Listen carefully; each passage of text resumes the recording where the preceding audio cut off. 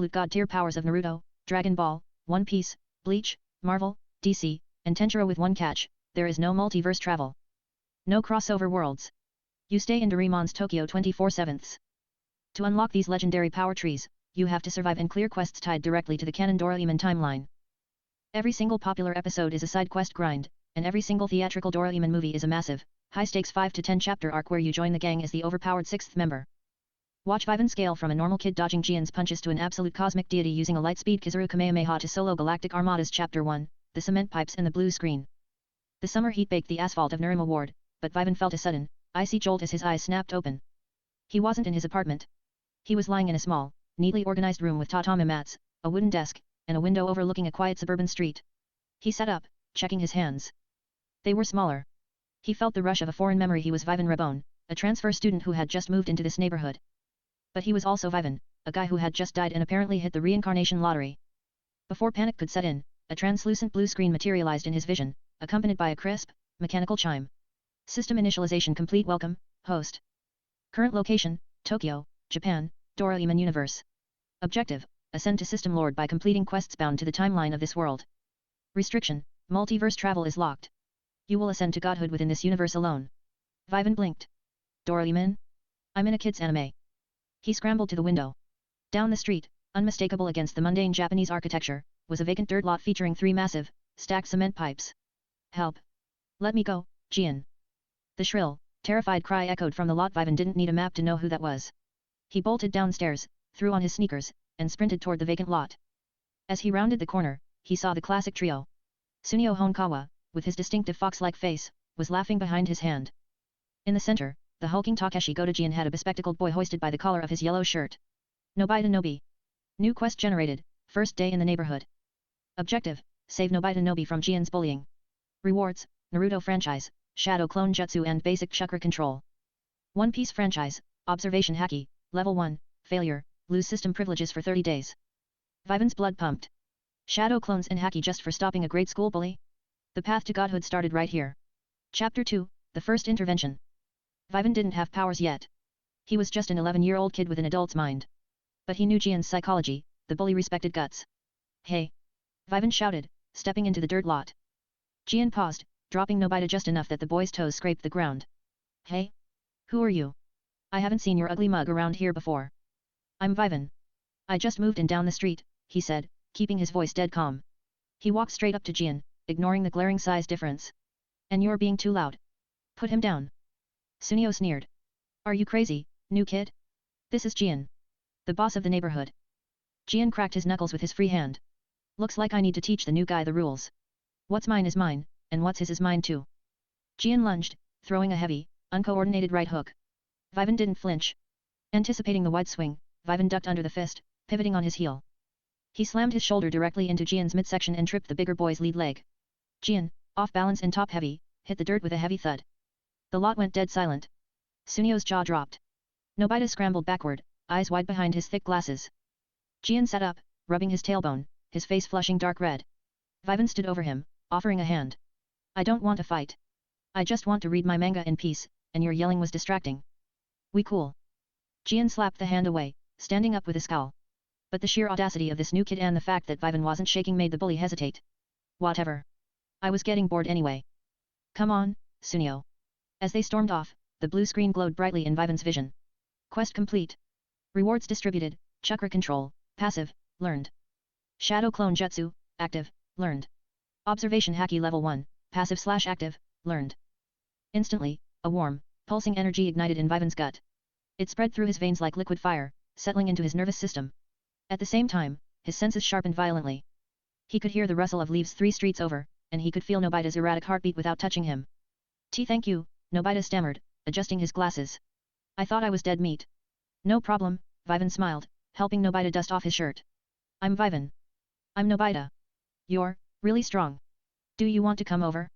My best friend has to meet you. Chapter 3, The Blue Raccoon Dog. Walking into the Nobi household felt surreal. Vivan followed Nobita up the narrow stairs and slid open the bedroom door. Sitting on the floor, polishing off a plate of red bean pancakes, was a round, blue, earless robotic cat. Doraemon froze, a half-eaten dorayaki in his paw. Nobita, who is this? Doraemon asked, his voice exactly as Vivan remembered from his childhood. This is Vivan. He just saved me from Gian. He took him down with one move. Nobita bragged, as if he had done it himself. Vivan activated his observation haki level 1 just to test it. The world shifted. Nobita's presence was a faint, nervous flicker. But Doraemon? Doraemon felt like a walking black hole. Vivan's haki pinged wildly around the white half-moon pocket on the robot's stomach.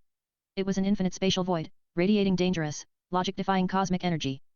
Vivan quickly dialed his haki back before it gave him a migraine.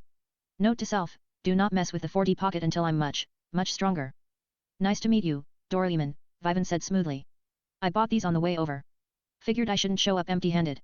He pulled a fresh box of premium dorayaki from a plastic bag. Doraemon's eyes turned into literal hearts. Oh my circuits! From the bakery on the corner. You're a saint, Vivan-kun. As Doraemon inhaled the sweets, Vivan sat back, feeling the chakra naturally circulating through his pathways. He was safely integrated into the main cast. Now, he just had to wait for the system to give him a reason to use his new toys. Chapter 4, The Anywhere Door Malfunction. The opportunity arrived faster than expected. I'm going to Shizuka's house to play. Nobita announced later that afternoon. Doraemon, give me the Anywhere Door. Doraemon sighed, wiping dorayaki crumbs from his whiskers, and reached into his pocket. He pulled out the iconic pink door and set it in the middle of the room. Just turn the knob and think of Shizuka's room, Doraemon instructed. Nobita, being Nobita, tripped over a comic book on his way to the door. He crashed into the frame, his hand violently twisting the destination dial on the side before ripping the door open. Instead of Shizuka's pastel pink bedroom, the doorway revealed a swirling vortex of purple and black energy. A massive, vacuum-like suction blasted into the room. Papers flew, comic books were shredded, and Nobita was instantly lifted off his feet, screaming as he was dragged toward the vortex. Emergency quest triggered, timeline anomaly. Objective, the Anywhere Door's temporal dial is jammed between the Cretaceous period and the 22nd century. Close the door before the timeline fractures. Reward, Dragon Ball franchise, basic key sense. Help! Nobita shrieked, his fingers slipping from the door frame. The safety latch is jammed. Doraemon panicked, his magnetic paws failing to find purchase against the wind. Vivan didn't hesitate. He channeled his newly acquired chakra to the solace of his feet, adhering himself firmly to the tatami mats like a shinobi climbing a tree. The wind howling against him felt like a hurricane, but his feet were planted like concrete. Shadow Clone Jutsu. In a puff of smoke hidden by the swirling chaos of flying debris, a perfect duplicate of Vivan appeared. The clone dashed forward, grabbed Nobita by the belt, and hurled the boy backward into Doraemon.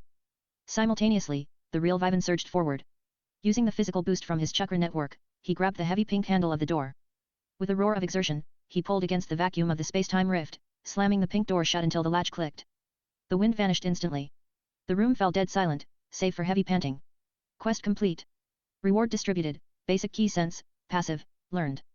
Suddenly, Vivan felt a new, distinct layer of the world open up.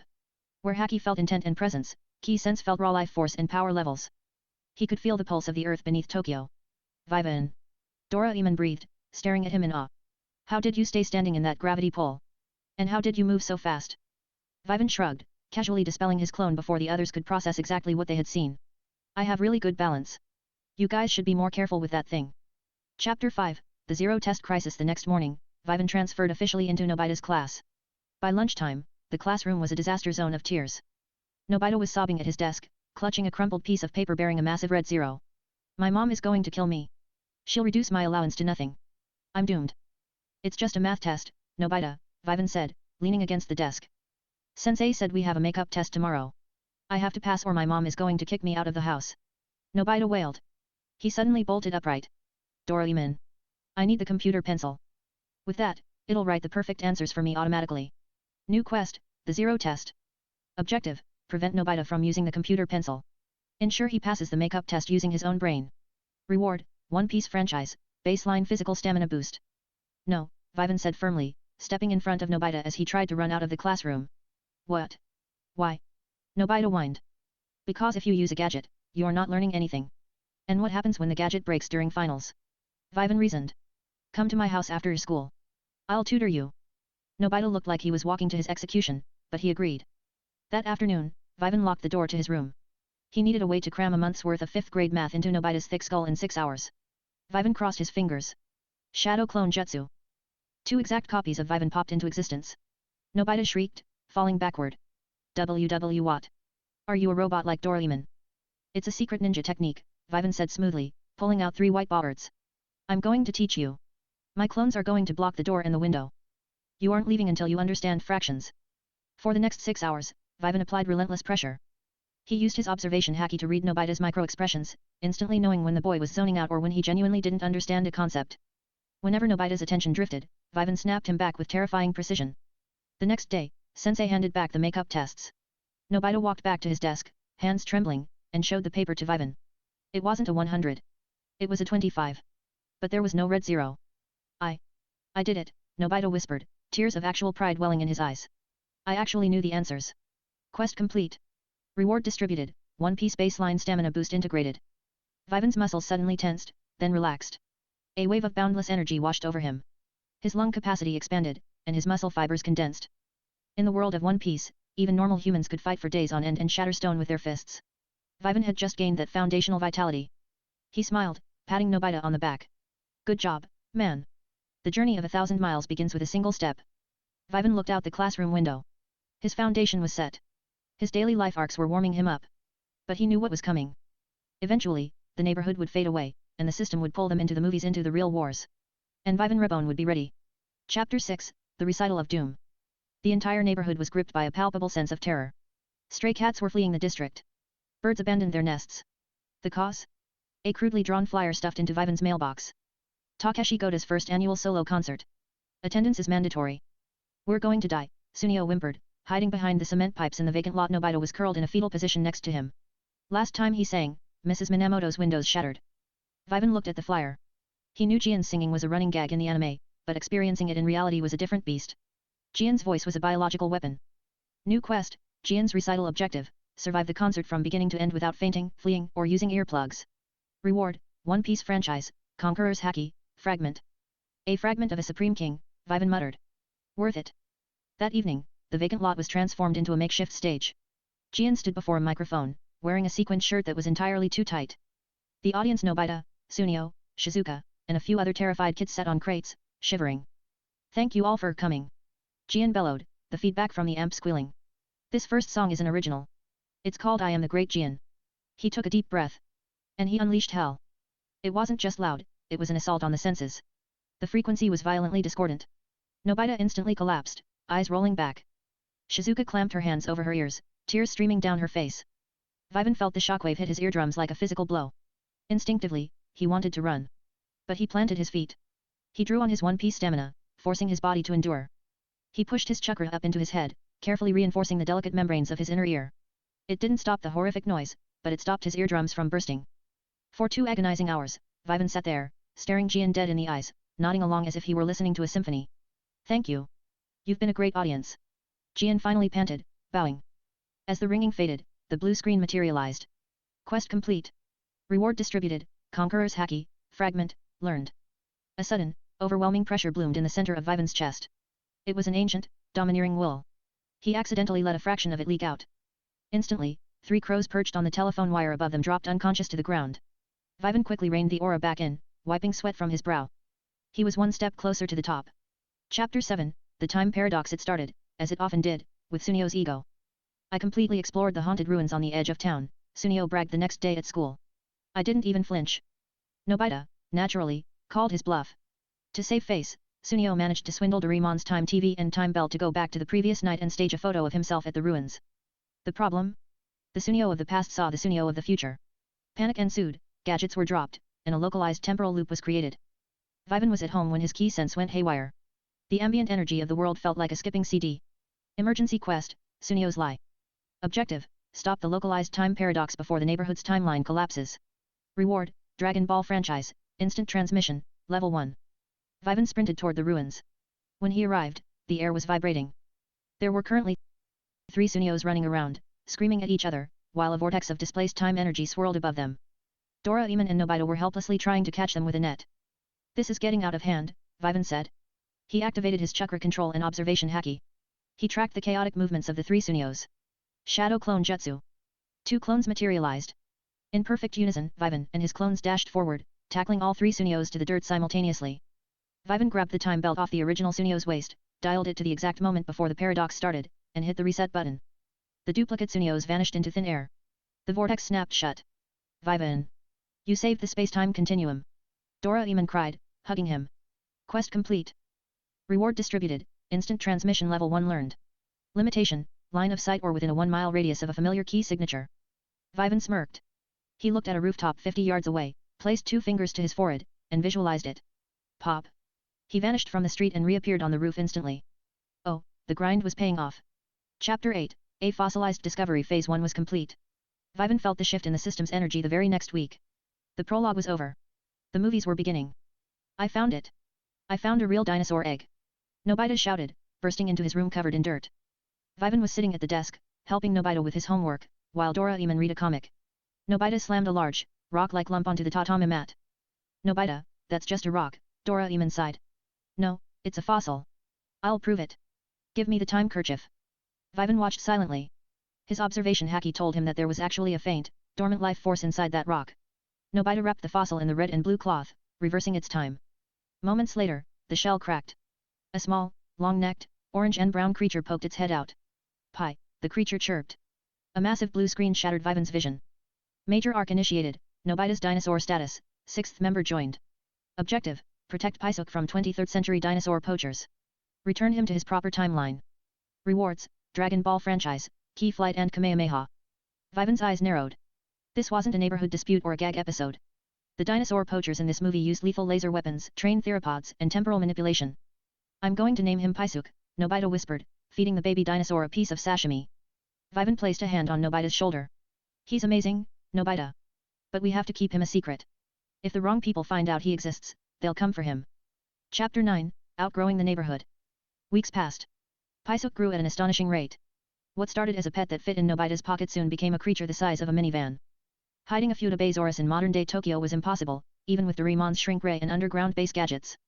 The pressure mounted when citizens reported seeing a sea monster in the local lake. We can't keep him here, Doraemon said grimly one night, the rain pouring outside. The authorities are searching the lake. We have to take him back to the late Cretaceous period. Nobita was in tears, but he knew it was the right choice. They loaded Paisuk into DORAEMON'S time machine, a flat, open-air platform docked in Nobita's desk drawer. Vivan stepped onto the platform, feeling the hum of raw temporal energy. He kept his key sense wide open. As they plummeted through the swirling vortex of the space-time tunnel, Vivan felt it.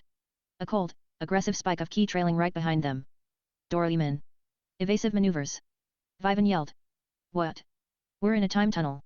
Doraemon replied. A massive, sleek, black time ship materialized from the cosmic void behind them. A mechanical claw shot out, aiming directly for Paisuk. The dinosaur hunters, Vivan growled. He didn't wait. Placing 2 fingers to his forehead, Vivan locked onto the energy of the mechanical claw. Instant transmission. He teleported directly onto the speeding metal claw mid-flight in the time tunnel. Coating his right arm in a dense layer of chakra, he threw a devastating punch downward. The metal crumpled under the amplified force, and the claw sparked, spinning off course and missing the time machine by inches. Who the hell is that kid? A voice roared from the black ship's comms. Vivan teleported back to the time machine just as Doraemon slammed the throttle forward, ripping them out of the time stream and dumping them into a dense, prehistoric jungle. Chapter 10, First Blood in the Cretaceous. The time machine crashed into a swamp, throwing them all into the mud. Paisuk roared, frightened by the sudden shift in environment. Is everyone okay? Doraemon asked, checking his pocket. We have bigger problems, Vivan said, staring up at the sky. Hovering above the trilene was the black ship. The bottom hatch opened, and a dozen men wearing sleek, futuristic armor dropped to the ground. They weren't riding dinosaurs yet, they were heavily armed with stun rifles and electro whips. Secure the Futabasaurus, the squad leader commanded. Kill the kids and the robot. Nobita, get Paisuk behind those rocks. Vivan ordered, his voice laced with the faint authority of Conqueror's haki. Nobita didn't argue, he scrambled. Vivan, they have 23rd century weapons. Doraemon panicked, fumbling for his shotgun. Let them try, Vivan said, stepping forward. The squad leader leveled his rifle and fired a concentrated beam of plasma. Vivan's observation haki foresaw the trajectory a full second before the trigger was pulled. He tilted his head, letting the searing beam scorch the air past his ear. Shadow Clone Jutsu. 5 Vivans popped into existence. The poachers froze in shock. What kind of tech is that? The kind you don't have, the Vivans said in unison. The clones blitzed forward, utilizing the immense speed granted by the one-piece stamina boost. They were just an 11-year-old kid physically, but they moved like seasoned martial artists. One clone slid under a poacher's guard, delivering a chakra-enhanced uppercut that launched the man 10 feet into the air. Another teleported behind a guard using instant transmission, striking a pressure point on the man's neck. The squad leader panicked, sweeping his rifle wildly. Take him down. All units, fire. Vivan realized he couldn't dodge all of them if they used spread fire, and he couldn't risk a stray shot hitting Nobita. He needed mobility. He needed the sky. Mid-quest milestone reached, first prehistoric combat. Partial reward unlocked, key flight. A sudden lightness filled Vivan's body. His key flared, wrapping around him in a faint, translucent white aura. He willed himself upward, and his feet left the muddy ground. He shot into the air like a bullet, hovering 10 feet above the stunned poachers. He's flying without a jetpack, a poacher screamed. Vivan smiled coldly, looking down at the hunters. Class is in session. Let me show you what real power looks like. Chapter 11, The First Kamehameha. The poachers stared up at Vivan, their high-tech visors flashing erratic error messages. A human child hovering in midair without any mechanical assistance defied all 23rd century science. Fire! Shoot him down, the squad leader screamed. A barrage of plasma bolts tore through the humid prehistoric air. Vivan drifted lazily to the left, his observation hacky charting the path of every glowing projectile before it even left the barrels. To the terrified kids watching from the swamp below, Vivan looked like a blur, casually dancing through a storm of laser fire. My turn, Vivan said. He dropped his stance in midair, bringing his wrists together at his right hip. He cupped his hands. Instantly, the raw ki inside his body responded, rushing toward his palms like a torrential river. A brilliant, crackling sphere of blue-white energy ignited in his hands, illuminating the dark jungle canopy. Ka!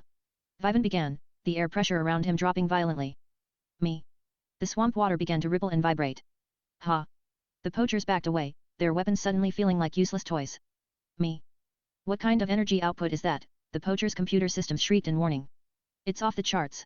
Ha! Vivan thrust his hands forward. A massive, roaring torrent of blue energy erupted from his palms, tearing through the air. The beam completely consumed the poachers' armored ground vehicles, vaporizing the metal into scrap and triggering a massive shockwave that sent the mercenaries flying into the jungle brush. The beam continued onward, carving a clean, mile-long trench through the prehistoric forest before exploding harmlessly against a distant mountain peak. Quest update, Nobita's dinosaur. Reward fully unlocked, Dragon Ball franchise, Kamehameha mastered. Vivan touched down lightly on the ground, exhaling a thin trail of vapor. Behind him, Gian, Sunio, and Shizuka, who had been huddled in the storage compartment of the time machine during the crash, slowly poked their heads out, their eyes wide and jaws unhinged. Vivan! Sunio stuttered, pointing a trembling finger at the smoking trench. Are you secretly an alien? Just a lot of martial arts training, Sunio, Vivan smirked, turning to Doraemon. How's the time machine? Doraemon crawled out from under the dashboard, a smoking screw in his paw. His face was pale. The temporal coil is completely fried from the poacher's tractor beam. We're stranded in the Cretaceous period. Chapter 12, The Prehistoric Trek begins stranded. Nobita wailed, clutching Paisuke. We're going to be eaten by dinosaurs. I want my mom. Doraemon pulled out a massive, holographic map of the ancient Earth from his pocket. Calm down.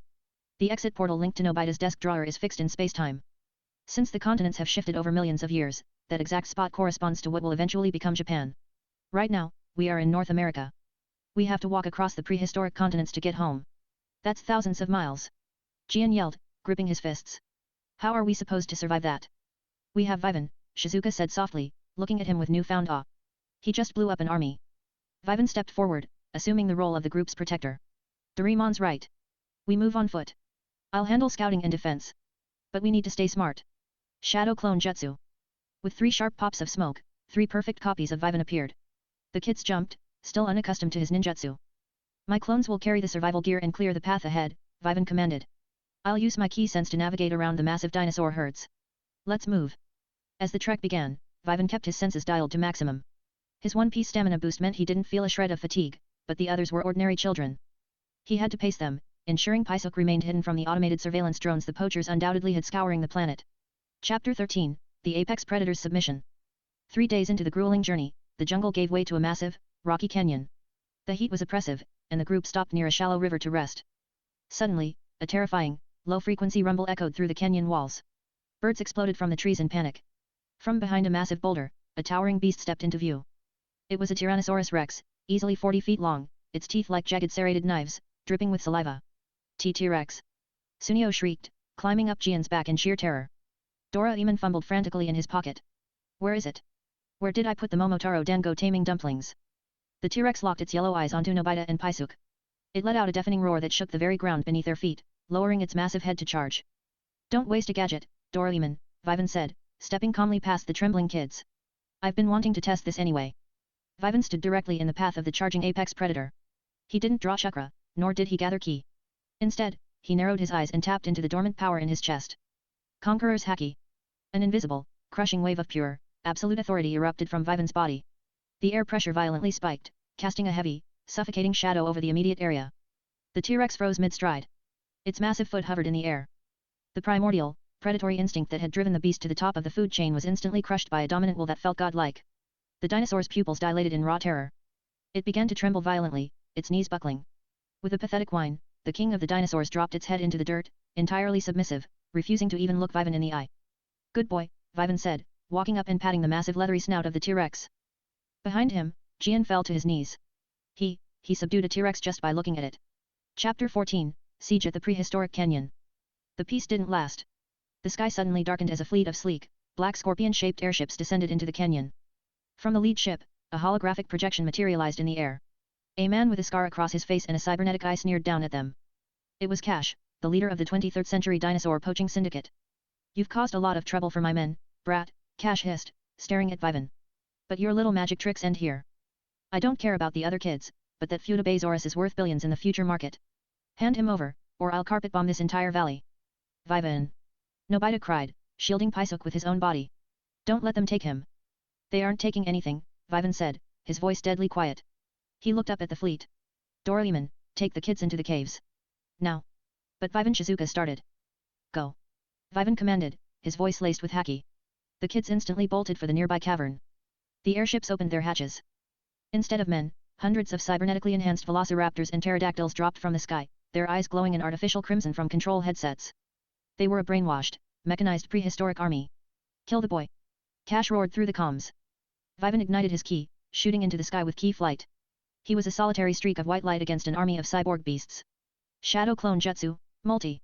100 clones of Vivan materialized in the sky, all hovering using ki. Let's see how your future tech handles a real army, the Vivans shouted in unison. The battlefield erupted into total chaos. Clones spun through the air, using chakra control to amplify their physical strikes, shattering the cybernetic armor off the raptors. Pterodactyls swarmed the real Vivan, but his observation haki made him untouchable. He moved like a phantom, ripping the control headsets off the beasts and freeing them from Cash's control. Seeing his automated army failing, Cash grew desperate. All ships, lock onto the boy. Full plasma payload. Fire. Chapter 15, Goodbye, Paisuk. Dozens of heavy plasma cannons tracked Vivan's position, unleashing a coordinated volley that completely blanketed the sky in blinding, searing energy. The explosions rocked the canyon, creating a massive cloud of black smoke. Ha! Incinerated. Cash laughed from his bridge. Pop. Cash froze. The sound hadn't come from his monitors. It had come from right behind his command chair. He turned slowly. Standing inside the high-tech, locked bridge of the flagship was Vivan. His clothes were slightly dusty, but he was completely unharmed. He had used instant transmission the exact microsecond before the plasma beams connected, locking onto Cash's faint life force inside the ship. Your reaction time is too slow for the 23rd century, Vivan whispered. Before Cash could press the self-destruct or fire his personal laser sidearm, Vivan channeled a dense concentration of chakra into his fist. He delivered a brutal, precise strike to Cash's midsection. The impact shattered the villain's high-tech chest armor, sending him crashing through the reinforced glass of his own view screen, knocking him out cold. With their leader down, the Syndicate's automated systems shut down. The airships hovered aimlessly, completely neutralized. A few hours later, a massive, golden time ship materialized in the valley. The time patrol had finally arrived, alerted by the massive temporal distortions Vivan's battles had caused. High-ranking officers in sleek white uniforms marched out, securing the unconscious poachers and their tech. The commander walked up to Vivan, looking at him with deep suspicion and respect. We don't know who you are, kid, or what kind of illegal body modifications you possess to do what you did. But you saved this timeline. We'll handle it from here. The time had come. The Time Patrol established a permanent, protected sanctuary in the ancient world. Paisuk belonged here, safe from the greed of the future. Nobita knelt in the sand, hugging Paisuk's massive neck, tears streaming freely down his face. You have to stay here, Paisuk. Be safe. Don't let anyone catch you. Paisuk chirped softly, rubbing his head against Nobita's cheek one last time. Vivan stood next to Doraemon, watching the emotional farewell. As Paisuk swam out into the vast, ancient ocean, a massive golden screen materialized before Vivan's eyes, visible only to him. Major arc complete, Nobita's dinosaur evaluation, S rank, 0 casualties, absolute dominance over poachers. Unlocking next franchise tree. Marvel Universe unlocked. Next destination, the records of Nobita, Space Blazer. Preparing for Phase 2, Arc 2.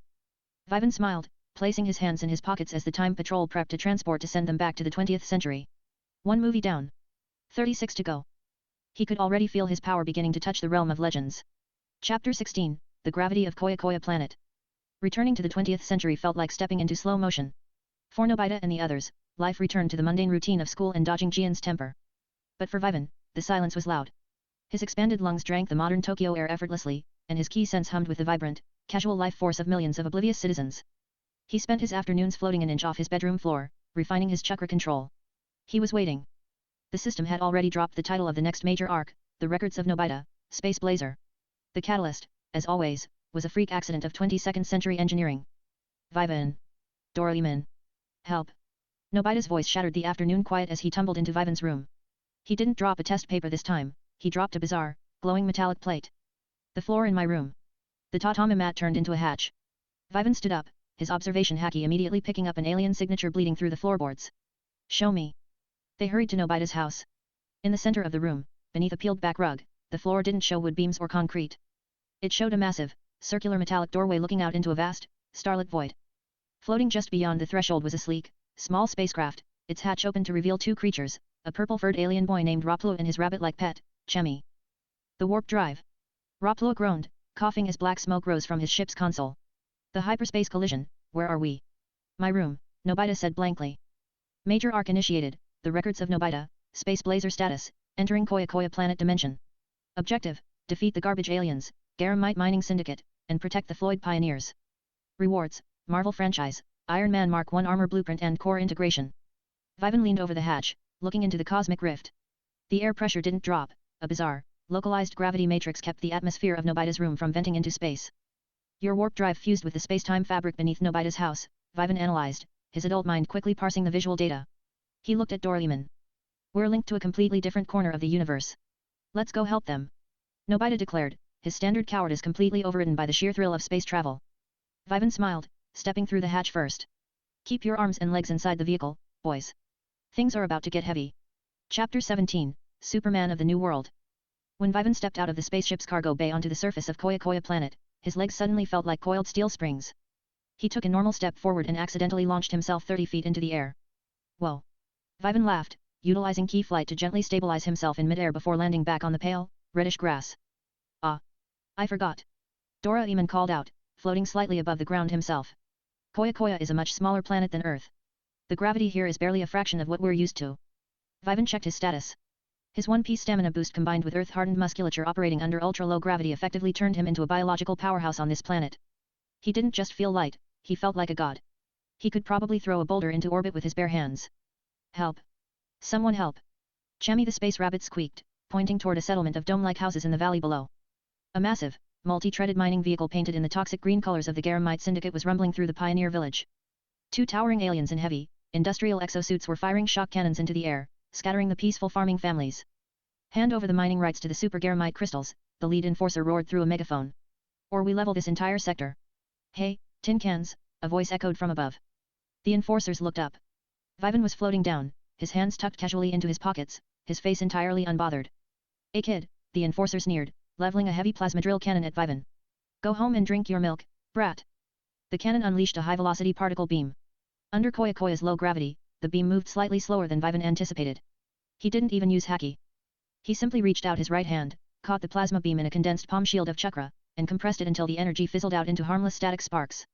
The enforcer's jaw dropped beneath his glass visor. He caught a plasma drill with his bare hand. Chapter 18, The Garamite Blitz. My turn, Vivan said. He dropped to the ground, the impact creating a localized shockwave that shattered the bedrock beneath his sneakers. Using the low-gravity environment to its absolute limit, Vivan blitzed forward. To the alien enforcers, he didn't just move fast, he effectively broke the visual barrier, appearing as a streak of white light. Crunch! Vivan delivered a simple, unenhanced straight punch to the chest plate of the leading exosuit. Under normal circumstances, it would have dented the steel. On Koya Koya, the absolute kinetic transfer launched the 10-ton mining mech backward through the air like a kicked soda can. It tumbled 300 yards across the plain before exploding into a heap of scrap metal. Monster! He's a galactic monster, the second enforcer screamed, violently shifting his vehicle into reverse. Don't bother, Vivan's voice echoed from right beside the cockpit window. He had used instant transmission, locking onto the alien's frantic, terrified key signature. Vivan lightly tapped the glass with his index finger, injecting a microscopic pulse of ki through the pane. The glass didn't break, but the internal circuitry of the exosuit short-circuited instantly, locking the pilot inside as the machine went completely dead. The pioneer villagers slowly crept out from their dome houses, staring at the 11-year-old human boy who had just dismantled a corporate invasion force in less than 60 seconds. He's the legendary star hero. An old village elder whispered, falling to his knees. The one foretold in the stars. Quest milestone reached, defend the pioneers. Marvel franchise progress, Iron Man Mark I blueprint downloaded to host's consciousness. Arc integration at 50%. Vivan brushed off his jacket, turning to see Nobita, Doraemon, and Raplo running toward him. They'll be back, Vivan warned them. And next time, they won't just send repo men. They'll send the fleet. Chapter 19, Building the Iron Foundation. The Garamite Syndicate didn't take losses lightly. Within 24 hours, a massive orbital blockade surrounded Koya Koya planet, cutting off its communications and preparing a scorched Earth orbital bombardment.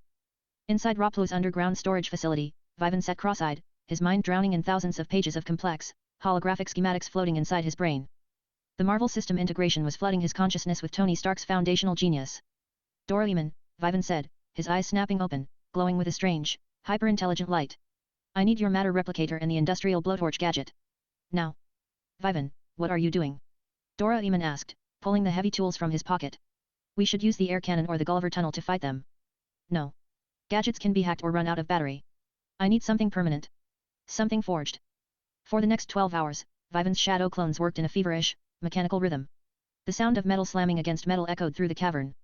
Using the scrap from the destroyed Garamite exosuits and the rich, raw super Garamite ore available in the cave, Vivan wasn't just building a suit of armor. He was integrating his own chakra network into the wiring. He didn't have an arc reactor, but he had something better, an infinite pool of biological ki. Nobita, pass me the pneumatic rivets, Vivan commanded, his brow slick with sweat. His one-piece stamina kept him sharp, his hands moving with the precision of a master surgeon. By the dawn of the third day, the heavy metal shutters of the cave slid open. Standing in the pale morning light of Koya Koya was a lumbering, terrifying monolith of crude, dark iron and glowing orange crystal conduits. It was heavy, primitive, and radiating an overwhelming pressure. The Iron Man Mark I Doraemon Universe Edition. Incredible. Raplo whispered, looking at the glowing chest piece where a concentrated chunk of super Garamite was acting as a focal point for Vivan's ki. The suit's visor flashed to life, a glowing orange horizontal slit. Vivan's voice echoed through the external speakers, distorted and metallic. The fleet is entering the atmosphere. Let's go hunting. Chapter 20, The Fire of Koya Koya. The sky above the pioneer village split open as three massive Garamite dreadnoughts descended, their underbelly heavy laser batteries glowing with destructive energy. Aimed directly at the civilian structures. Fire on my mark, the Garamite commander ordered from his bridge. Erase this pathetic rock from the map. Before the order could be executed, a deafening sonic boom shattered the air. A heavy, iron silhouette shot upward from the planet's surface, propelled not by jet fuel, but by massive, roaring jets of blue ki energy erupting from the boots and palms of the Mark I armor. What is that? A primitive missile, the dreadnought's radar technician shouted. No, Vivan's voice boomed through the open radio frequencies of the entire fleet. I am Iron Man. Vivan crashed directly through the reinforced hull of the leading dreadnought like a kinetic slug. The heavy iron armor, amplified by Koya Koya's low gravity and Vivan's immense physical stamina, tore through the starship's internal bulkheads effortlessly. Inside the ship's corridor, dozens of alien soldiers opened fire with heavy rifles. The plasma bolts slammed into the Mark I armor, but the super Garamite plating absorbed the thermal energy, channeling it directly into the suit's internal batteries. My turn to use fire, Vivan growled. He raised both heavy iron gauntlets. Internal fuel lines sparked. Kamehameha. Vivan didn't just fire standard flamethrowers, he channeled his signature Dragon Ball technique through the gauntlets, utilizing the suit's focusing lenses. Two massive, concentrated beams of blue-hot plasma erupted from his hands, completely gutting the interior of the dreadnought, melting the engines, and tearing the ship in half from the inside out. Vivan shot out of the exploding wreckage into the open sky, his iron suit gleaming in the firelight. He locked his glowing visor onto the remaining two ships. Two left, he muttered, his key sense tracking the frantic panic of the remaining crew. He raised his hands, preparing to end the Syndicate's hold on this world forever. Arc completion progress, 90% system warning, the next franchise tree, Bleach, is beginning to resonate. Prepare for the blade. Chapter 21, The Fall of the Syndicate. The remaining two Garamite dreadnoughts desperately scrambled to turn their massive underbelly cannons away from the village and toward the flying Iron Titan. Maximum output. Shoot it down. Shoot it down, the fleet commander screamed over the comms. Heavy laser arrays unleashed a chaotic spiderweb of crimson beams across the sky.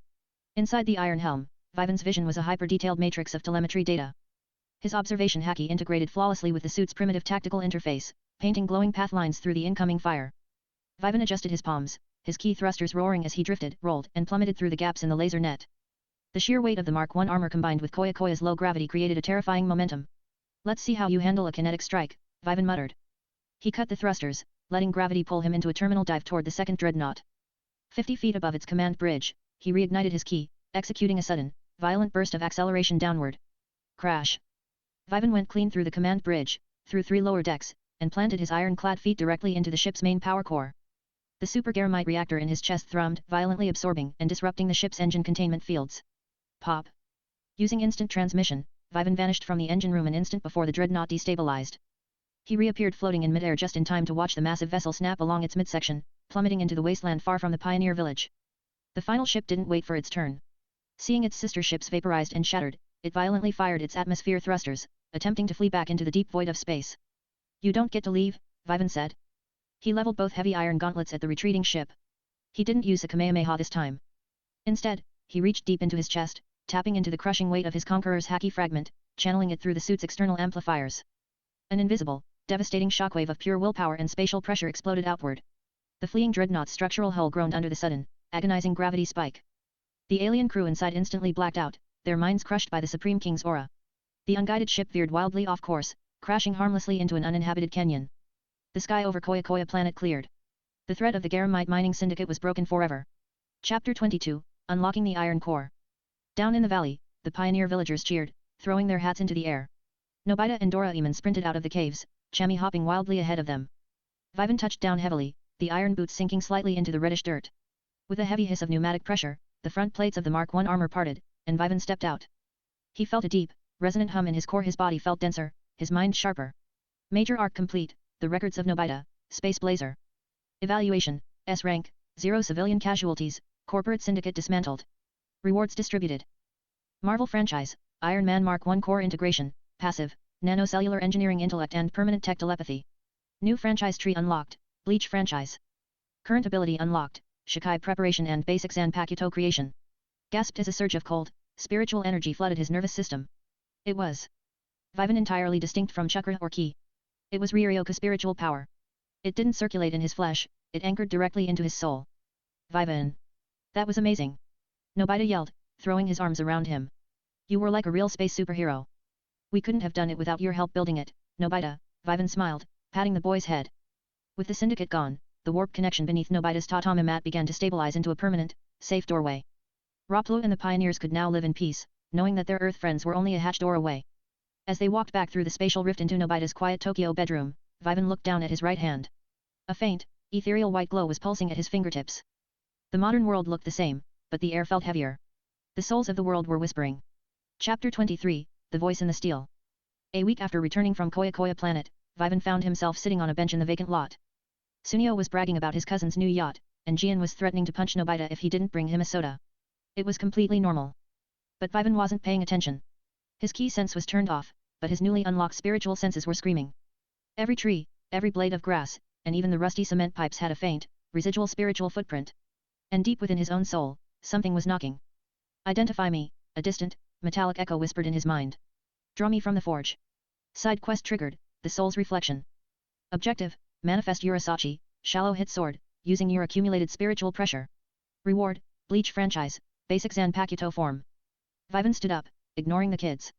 He walked to the most secluded corner of the woods near the edge of town, finding a small clearing where the spiritual energy was cleanest. He sat down in a meditative lotus position.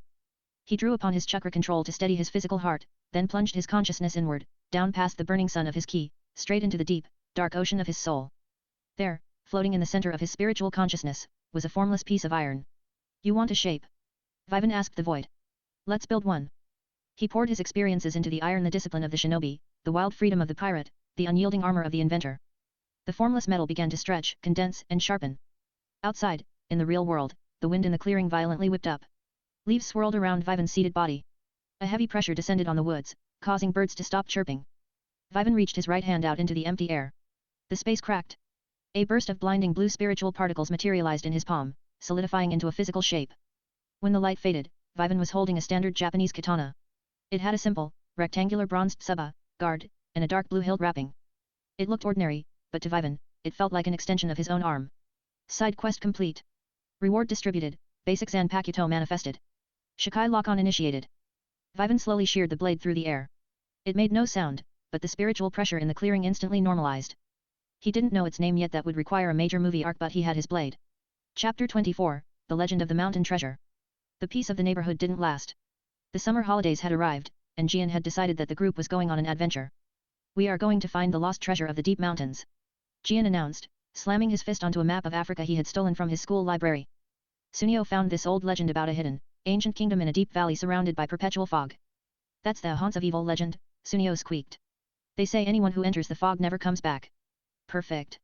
Nobita cried ironically, looking at Doraemon for help. Doraemon looked at Vivan, who simply nodded. Vivan's system had already updated. Major arc initiated, Nobita and the Haunts of Evil status, 6th member active. Objective, discover the hidden kingdom of Baonko, defeat the Demon King Daburnda, and reclaim the lost treasure. Rewards, Bleach franchise, Shikai Awakening, basic Zanpakuto name discovery. Alright, let's go, Doraemon sighed, pulling out the take-copter bamboo flight rotors from his pocket. But if we get lost, don't blame me. The 6 of them clicked the small plastic propellers onto their heads, rising into the sky. Vivan kept his Zanpakuto strapped to his waist, hidden from the kid's sight using a basic optical trick with his chakra. As they flew over the dense, uncharted mountain ranges, the clear blue sky suddenly vanished. A wall of thick, unnatural grey fog swallowed them whole.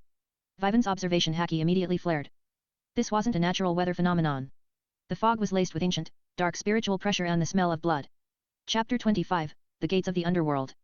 The take-copters suddenly sputtered and died, their small engines choked out by the heavy, dense atmosphere of the valley. Ea! Nobita and Sunio screamed as they plummeted through the mist. Vivan didn't hesitate. He ignited his key flight, catching Nobita by the collar under one arm and Shizuka under the other, landing smoothly on the wet, mossy stone floor of the canyon. Doraemon, Gian, and Sunio crashed heavily into a thick patch of ferns, groaning as they rubbed their bruised limbs. Is everyone alive? Vivan asked, dropping his flight aura. I think so. Doraemon groaned, checking his pocket. The local magnetic field is completely haywire here. None of my standard navigation gadgets are working. Look ahead, Shizuka whispered, her voice trembling. The fog parted slightly, revealing a pair of towering, ancient stone gates carved directly into the mountain face. The carvings didn't depict peaceful gods or historical figures, they depicted horned, skeletal entities wielding massive blades. The ground before the gates was littered with the massive, fossilized bones of creatures far larger than any modern animal. Suddenly, a low, guttural growl echoed from the shadows of the gate. 3 massive, hound-like beasts with fur like black smoke and eyes like burning embers stepped into the light. These weren't normal animals, their life force didn't register on key sense. They were spiritual entities, beasts of the underworld. Demons! Sunio shrieked, hiding behind Gian. Gian tried to step forward, raising his fists, but the sheer malevolent aura of the hounds made his knees shake. What kind of dogs are those? Vivan stepped past them, his hand slowly dropping to the hilt of his dark blue katana. They aren't dogs, Gian, Vivan said, his eyes narrowing as the blade slid out of its scabbard with a clear, sharp ring. They're hungry. And they're looking at you like dinner. The lead hound unleashed a terrifying, blood-curdling howl and lunged straight for Vivan's throat, its jaws dripping with corrosive, black spiritual acid. Vivan stood his ground, his soul humming as he prepared to test his forged steel against the supernatural forces of the hidden world. Chapter 26, The Blade That Severs Shadows. The black-furred beast descended like a falling boulder, its jaw unhinged to reveal rows of glowing, jagged teeth. Vivan didn't move until the beast was inches away. To the untrained eyes of Nobita and the others, it looked like Vivan stood frozen in fear. But to Vivan, operating under the acute awareness of observation haki, the monster's trajectory was static and clumsy. Clang! Vivan drew his unnamed Zanpakuto with a speed that left a silver arc in the dense fog. The edge of his blade met the corrosive teeth of the hellhound. Sparks of dark purple spiritual energy exploded from the point of contact. The acidic saliva hissed as it splattered against Vivan's boots, but his chakra-reinforced clothing held firm. Get back! Vivan grunted, flexing his wrists. Using the baseline physical power from his one-piece stamina boost, he effortlessly deflected the massive beast, sending it crashing into the stone wall of the canyon. The remaining 2 hounds let out synchronized roars and flanked him from both sides, their smoke-like fur billowing wildly. Vivan! Catch! Doraemon yelled, finally fumbling a weapon out of his pocket, the air cannon. Keep it, Doraemon! Vivan called back, his eyes locked on the charging predators. These things aren't made of physical matter. Your gadgets won't pack enough punch. Vivan took a deep breath, letting his physical ki recede while pulling the cold, sharp pool of Ryoryoku, spiritual power, from his soul. The silver blade of his katana began to ripple like water under a full moon. He swung the blade horizontally, executing a clean, fluid strike. Sever! An invisible blade wave of compressed spiritual pressure tore through the air. The 2 hounds didn't even have time to dodge, the wave cut clean through their smoky torsos. Instead of blood, they erupted into bursts of black particles, their malevolent presence instantly erased from Vivan's spiritual radar. The first hound, recovering from its crash, looked at its vaporized pack-mates, whimpered like a whipped puppy, and bolted back into the shadows of the stone gate. Vivan smoothly sheathed his sword, the metallic click signaling the end of the skirmish. Gian slowly lowered his fists, his face a mix of pale terror and absolute reverence. Vivan! What kind of sword is that? Where did you even keep it hidden? It's a family heirloom, Vivan lied smoothly, checking the blue screen flickering in his periphery. Arc objective updated, the Haunts of Evil current status, Baonko Kingdom reached. Threat level, intermediate spiritual/demonic corruption. Shikai resonance, 35%, name discovery in progress.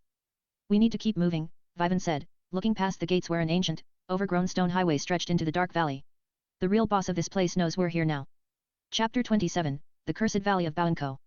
The highway led them deeper into the heart of the mist-shrouded valley, eventually opening up to a sight that made Shizuka gasp.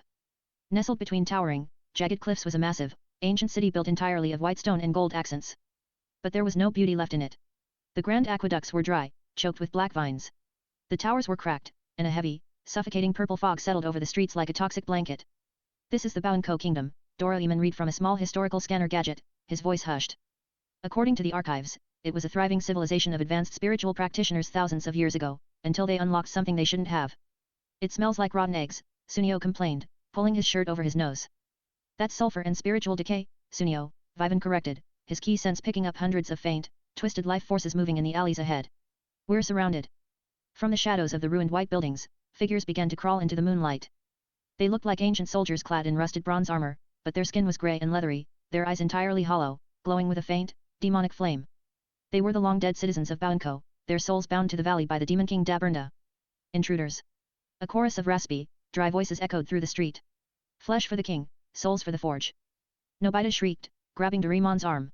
Doraemon. The hustle collar. The translation jelly. Anything. Doraemon panicked, pulling out a handful of metallic tubes. Here. Take the shotguns. We have to fight our way through. Gian snatched two of the futuristic laser guns, his eyes narrowing. I don't care if they're ghosts or zombies.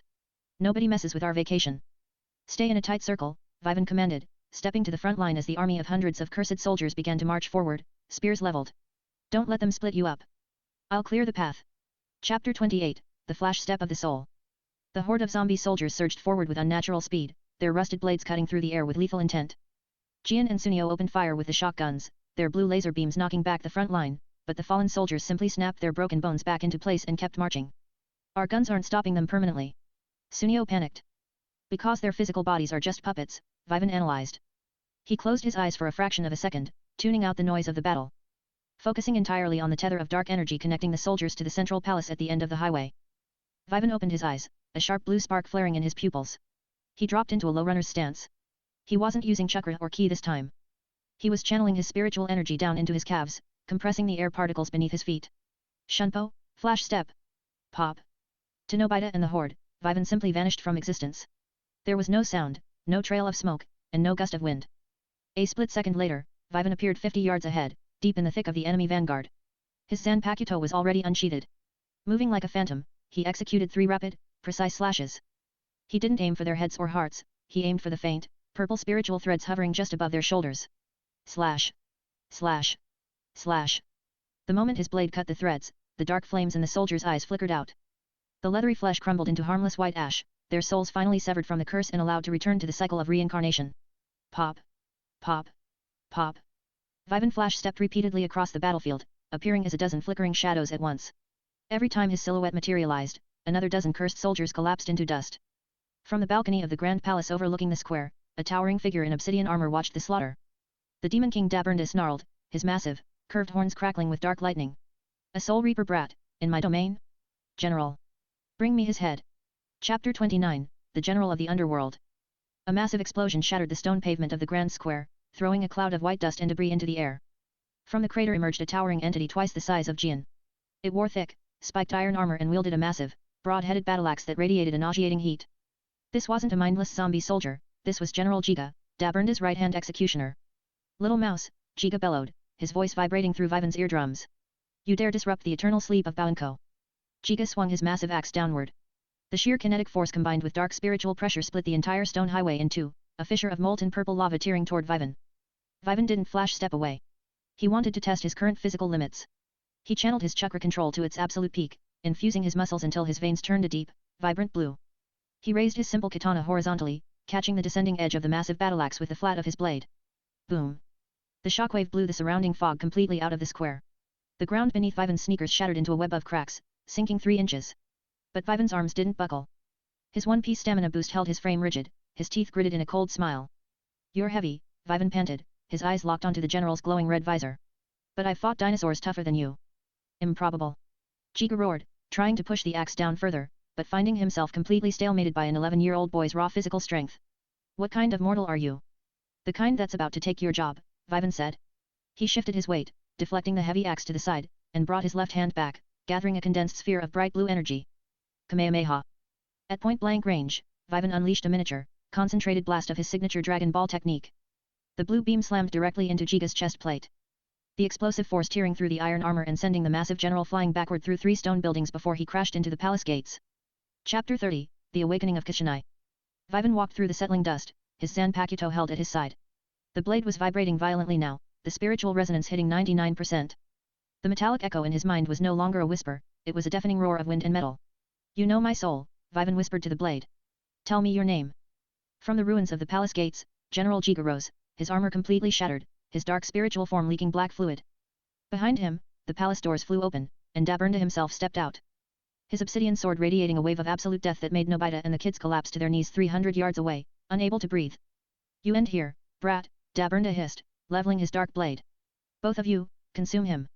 Daburnda and Giga charged simultaneously, their combined dark energy forming a massive, horned shadow serpent that lunged across the square, threatening to swallow Vivan whole. Vivan stood perfectly still. He reached his left hand out, gripping the hilt of his sword alongside his right. He closed his eyes, hearing the final, absolute realization from the forge of his soul.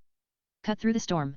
Vivan spoken, his voice echoing across the entire cursed valley, carrying the absolute weight of his conqueror's haki.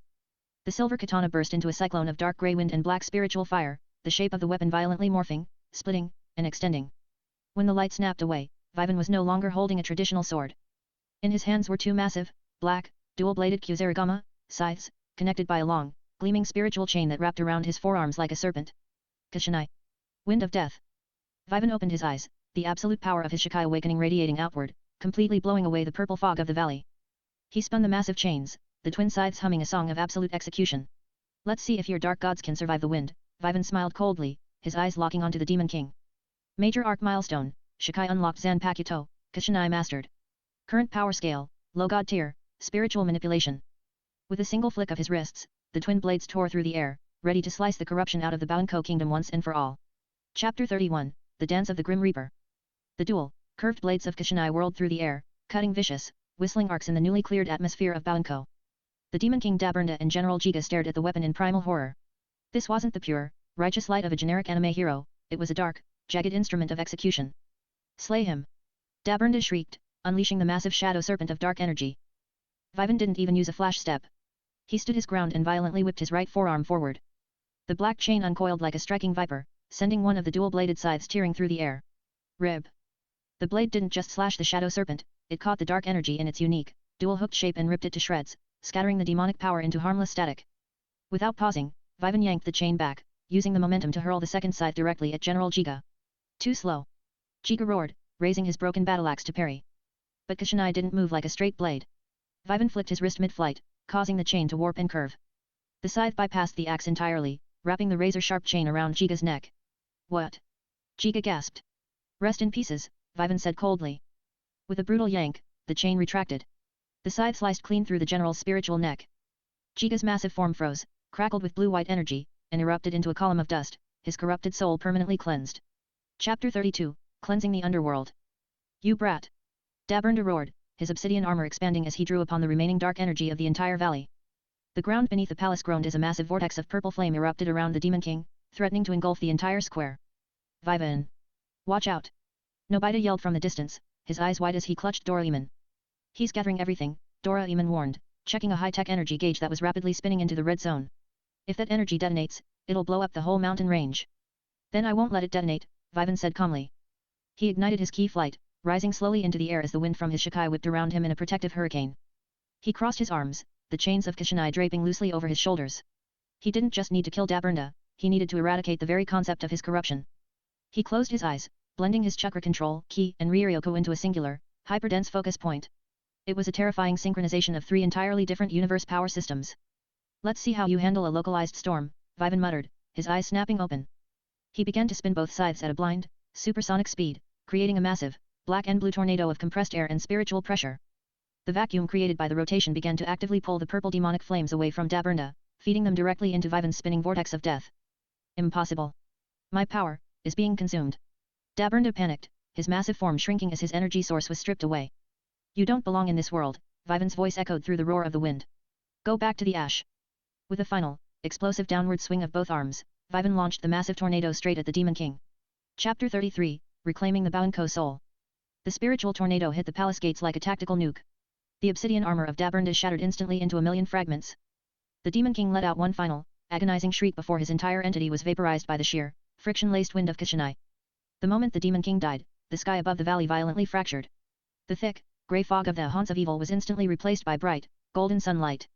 From the white stone buildings, thousands of glowing, translucent souls rose into the sky. They weren't leathery zombies anymore. They were the peaceful citizens of the ancient Baoenko kingdom, their expressions filled with profound gratitude as they looked down at the 11-year-old human boy who had finally set them free. Thank you, Savior. A collective whisper echoed in the wind as the souls melted into the golden light, ascending to the next cycle of existence. Major arc complete, Nobita and the Haunts of Evil. Evaluation, SSS rank, Underworld corruption thoroughly cleansed. Rewards distributed, Bleach franchise, Shikai fully mastered and Bankai resonance unlocked, 5%. New franchise tree unlocked, DC Universe. Current ability unlocked, Aquaman underwater breathing and aquatic telepathy. Caught his breath as his Shikai reverted back into a simple, dark blue katana, which Vivan vanished into his spiritual soul space. At the same time, a deep, refreshing pulse of blue energy washed over his lungs. He could suddenly smell the distant ocean, feeling the distinct, rhythmic pulse of every body of water on earth. Vivan! Shizuka cried, running up to him alongside a sobbing Nobita and a cheering Gian and Sunio. You did it! The valley is beautiful now. Yet, but the lost treasure Sunio talked about was just an old legend, Gian grumbled, scratching his head. Not exactly, Vivan smiled, pointing toward the center of the ruined palace courtyard. There, sitting on a stone pedestal completely untouched by the battle, was a massive, ancient gold chest overflowing with pristine raw diamonds and rubies, the historical wealth of the Baoenko kingdom, left behind for the adventurers who saved their souls. Chapter 34, The Summer of the Deep Blue. A private tropical island. Nobita screamed in delight, staring out at the white sand and crystalline blue water. A week after returning from the mountains, the Nobi household had been thrown into a frenzy. Using a tiny fraction of the Baoenko rubies which Doraemon had conveniently helped exchange for valid 20th century currency using a future pawn shop gadget, Vivan had arranged a luxury summer vacation for the entire gang. They were currently standing on the deck of a massive, high-tech yacht that Vivan had chartered. Gian and Sunio were already in their swim trunks, diving into the ocean, while Shizuka was relaxing under a sun umbrella. This is the best summer ever, Vivan. Doraemon cheered, happily eating an ice-chilled dorayaki. Vivan leaned against the ship's railing, his eyes fixed on the deep blue depths. His newly unlocked aquatic telepathy was currently receiving thousands of faint, rhythmic signals from the marine life below. He could feel the migration of a pod of blue whales 5 miles away, and he could hear the casual chattering of a school of dolphins dancing near the hull. But beneath the peaceful chatter of the ocean, Vivan's key sense picked up a dark, massive structural presence sitting miles below the ocean floor. A city. A massive, technologically advanced empire hiding in the deepest trenches. Major arc initiated, Nobita and the castle of the Undersea Devil. Status, 6th member underwater protocol activated. Objective, infiltrate the Mu Empire, defeat the automated doomsday weapon Poseidon, and prevent a global nuclear flood. Rewards, DC Universe, Aquaman underwater breathing, upgraded to Atlantean physiology, and strength multiplier. Hey, guys, Vivan called out to the group, a sharp smile playing on his lips. Who wants to try deep sea diving? I know a place down there that's way more interesting than a coral reef. Chapter 35, Into the Abyss. Doraemon pulled out the adaptation lamp, a flashlight-like gadget that allowed normal humans to survive the extreme pressure and lack of oxygen in the deep ocean. Be careful, everyone, Doraemon instructed as the golden light of the lamp washed over Nobita, Shizuka, Gian, and Sunio. The effect lasts for 24 hours, but don't wander too far from me. Vivan didn't step under the light. Thanks to his DC Universe reward, his lungs had already adapted, and his skin was reinforced to handle the crushing pressure of the deep sea without any technological aid. The 6 of them dove over the side of the yacht, plunging into the azure water. As they descended deeper, the sunlight faded from blue to a dark, midnight purple. While Nobita and the others floated around clumsily, swimming with their arms, Vivan moved with the fluid grace of a native Atlantean. He didn't even need to kick hard, his body naturally cut through the water currents like a torpedo. Vivan! Look at you! Shizuka's voice echoed clearly in his mind, a side effect of the adaptation lamp's mental communication field. You swim better than a fish. I practice a lot, Vivan replied mentally, his focus dialed downward. Suddenly, the dark void of the trench below erupted into a brilliant, neon blue light grid. Towering, underwater skyscrapers made of smooth, iridescent stone stretched across the ocean floor. Massive, submarine-like patrol ships shaped like mechanical sharks were patrolling the perimeter. Who goes there? A booming, telepathic voice shattered their minds. 3 Atlantean-style soldiers riding massive, armored sea serpents charged out from the neon grid, their long, energy tridents leveled directly at Nobita's throat. Insolent surface dwellers! You have violated the sacred borders of the Mu Empire. Prepare for execution. Vivan stepped in front of the group, his eyes flashing with a deep, oceanic gold. I don't think so, he muttered telepathically, letting a pulse of his Atlantean physiology flare out, ready to claim dominance over the depths. Chapter 36, The Sovereign of the Trench. The three Mu Empire scouts halted their armored sea serpents abruptly, the massive reptilian beasts thrashing in the dark water. The tridents, glowing with concentrated plasma energy, were inches from Vivan's chest. Wait.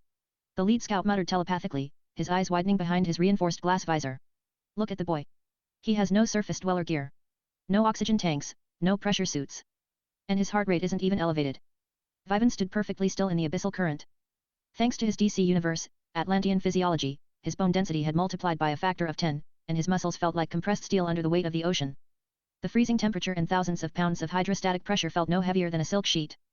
I'm only going to say this once, Vivan's telepathic voice boomed through the water, carrying the sharp, authoritative edge of his conqueror's hacky fragment. Lower your weapons. We aren't here to fight your people. We're here because your automated systems are about to blow up the planet. Blasphemy, the second scout roared, recovering from the aura's pressure.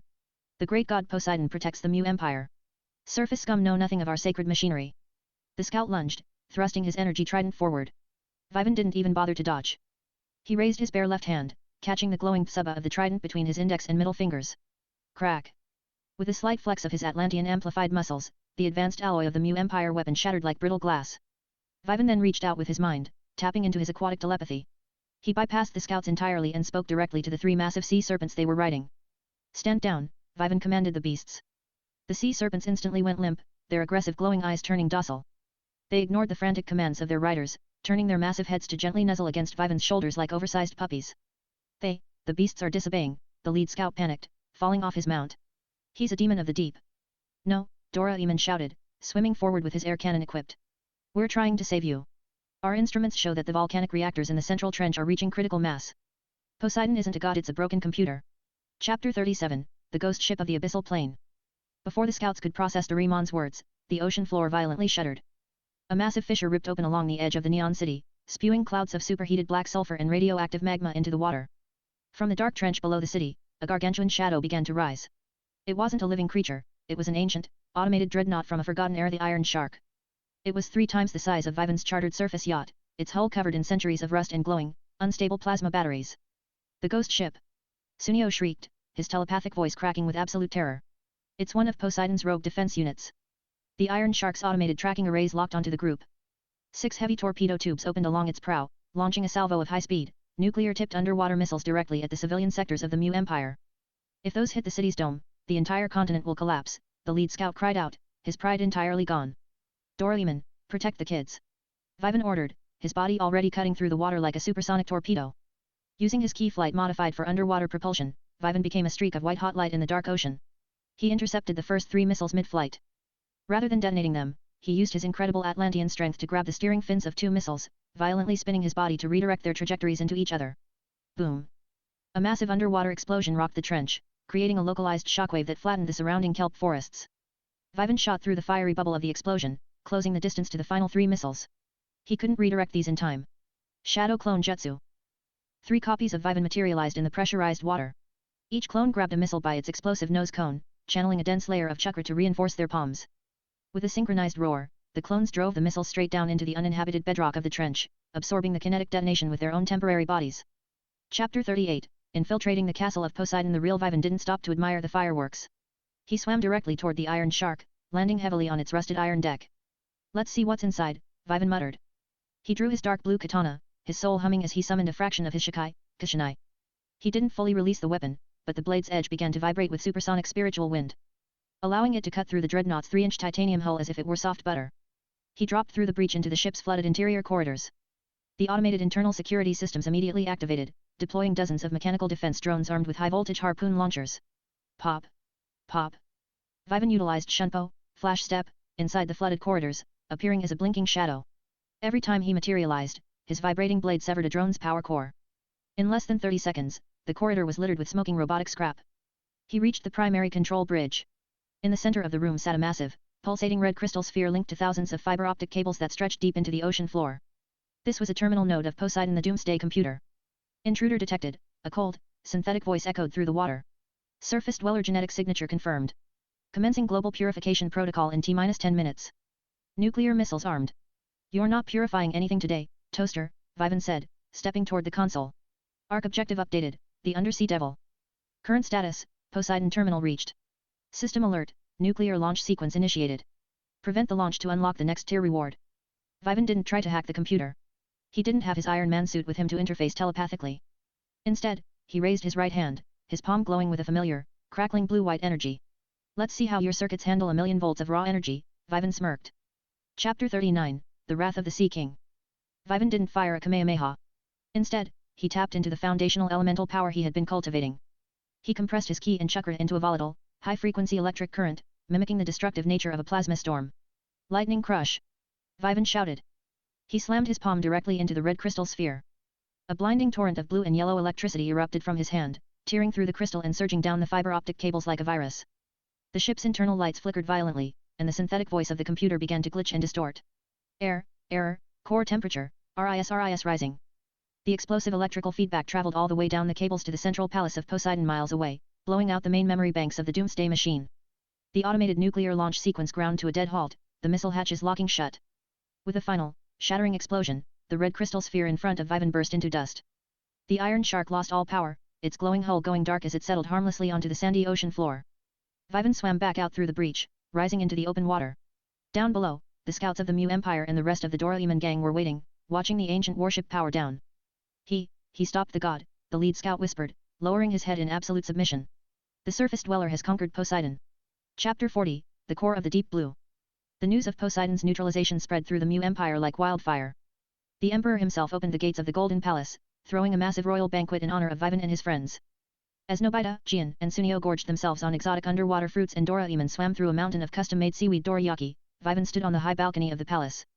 Looking out at the thriving, peaceful neon city. A massive blue screen materialized before his eyes. Major arc complete, Nobita and the castle of the Undersea Devil. Evaluation, S rank, global nuclear flood prevented, Mu Empire stabilized. Rewards distributed. DC Universe, Atlantean physiology fully integrated, passive, physical strength multiplied by 20x, absolute immunity to pressure/thermal extremes. New franchise tree unlocked, Tensura franchise, that time I got reincarnated as a slime. Current ability unlocked, Great Sage skill shard, analytical and processing capacity upgraded. Felt an icy, hyper-intelligent clarity bloom inside his brain. The Great Sage skill shard didn't speak to Vivan him as a separate entity, yet it was still just a shard, but his ability to analyze battlefield data, spell compositions, and spiritual frequencies instantly multiplied by 1000%. Report, a faint, emotionless voice whispered within his consciousness. Analysis of current world matrix complete. Next temporal distortion detected in the underworld dimension. Prepare for the Demon King's return. Vivan smiled, his fingers tightening against the stone railing of the Atlantean palace. His physical strength was now monstrous, his spiritual blade was awakened, and he had the foundation of an ultimate AI growing in his mind. 4 movies down. The world was getting bigger, the threats were getting ancient, and Vivan Reborn was rapidly outgrowing the definition of immortal. Chapter 41, The Fragment of Intellect. The transition from the abyssal depths of the Mu Empire back to the scorching heat of Tokyo's midsummer felt like stepping from an ice bath into a furnace. Yet, Vivan didn't sweat a single drop. His newly integrated Atlantean physiology kept his internal core temperature perfectly regulated, rendering the humid 35 degrees Celsius afternoon completely unnoticeable. He sat cross-legged on his bed, his eyes closed. Inside his mind, a strange, crystalline structures was rotating slowly alongside the burning star of his ki and the fluid network of his chakra. And LT notice, and GT a flat, mechanical and distinctively feminine voice echoed directly within his consciousness. And LT integration of the Great Sage skill shard is currently at 12%. Analytical processing capabilities have increased by 800%. And GT. Great Sage, Vivan thought back, a faint smile playing on his lips. Can you calculate the exact energy output required to combine my chakra control with a localized Kamehameha without causing environmental collateral damage? And LT report. Perfect synchronization requires an exact 3.4 to 1 ratio of spiritual energy to physical stamina. Processing full simulation now. Complete. Optimization path uploaded to host's muscle memory. And GT. Vivan opened his eyes, standing up effortlessly. The sheer clarity of his thoughts was staggering. He felt like he could rewrite a quantum physics textbook in his sleep. The peace, however, was shattered by the familiar sound of frantic crying coming from down the street. It was Nobita, running with his arms flailing, his face covered in dirt, and a thick, ancient-looking grimoire clutched to his chest. Vivan. Doraemon. Help. Nobita screamed, bursting through the front door. Gian and Sunio said magic isn't real. They made fun of me because I couldn't cast a spell. So I stole this book from my dad's old storage box, A&D. A&D. Major arc initiated, Nobita's great adventure into the underworld status, magic realm paradigm shift active. Objective, defeat the Demon King Demark and destroy the underworld star before Earth is consumed by dark magic. Rewards, Tensura franchise, Great Sage skill shard evolution, upgraded to full unique skill, Great Sage. Vivan looked at the ancient book. His Great Sage shard instantly ran a scan. End LT warning. The artifact contains a weak spatial anchor linked to a parallel magical dimension. A localized rewrite of the world's physical laws is imminent. NGT Chapter 42, The Magic World Paradigm. Before Nobita could finish his explanation, Doraemon ran into the room holding a strange, phone booth-like gadget. Nobita. Did you touch my what-if box? I just wished that the world had real magic so I could show Gian. Nobita sobbed. The bell on top of the phone booth rang with a deafening, reality-warping tone. Instantly, the modern, technological world of Tokyo violently shifted. The television on Vivan's desk dissolved, replaced by a floating scrying crystal. The telephone on the wall turned into a carrier owl perch.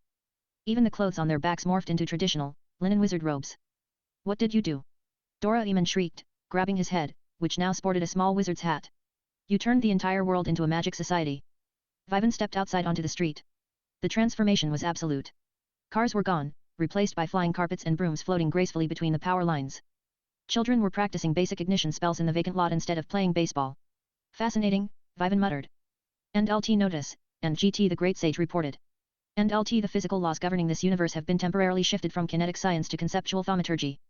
However, due to host system lord status, your previously unlocked anime powers remain entirely unaffected. They are now classified by the world matrix as ancient lost magic. End GT. Hey!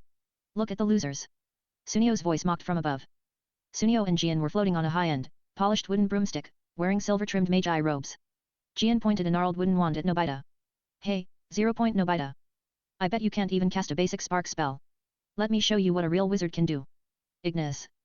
A fist-sized ball of crackling orange fire shot from Gian's wand, tearing straight toward Nobita's face. Vivan didn't even draw his wand. He simply took a single step forward, standing in front of the terrified boy. Chapter 43, The Lost Magic. Vivan, watch out. That's intermediate fire magic. Shizuka warned, running up the street with a spellbook under her arm. Vivan didn't flinch. He raised his right hand, keeping his palm completely open.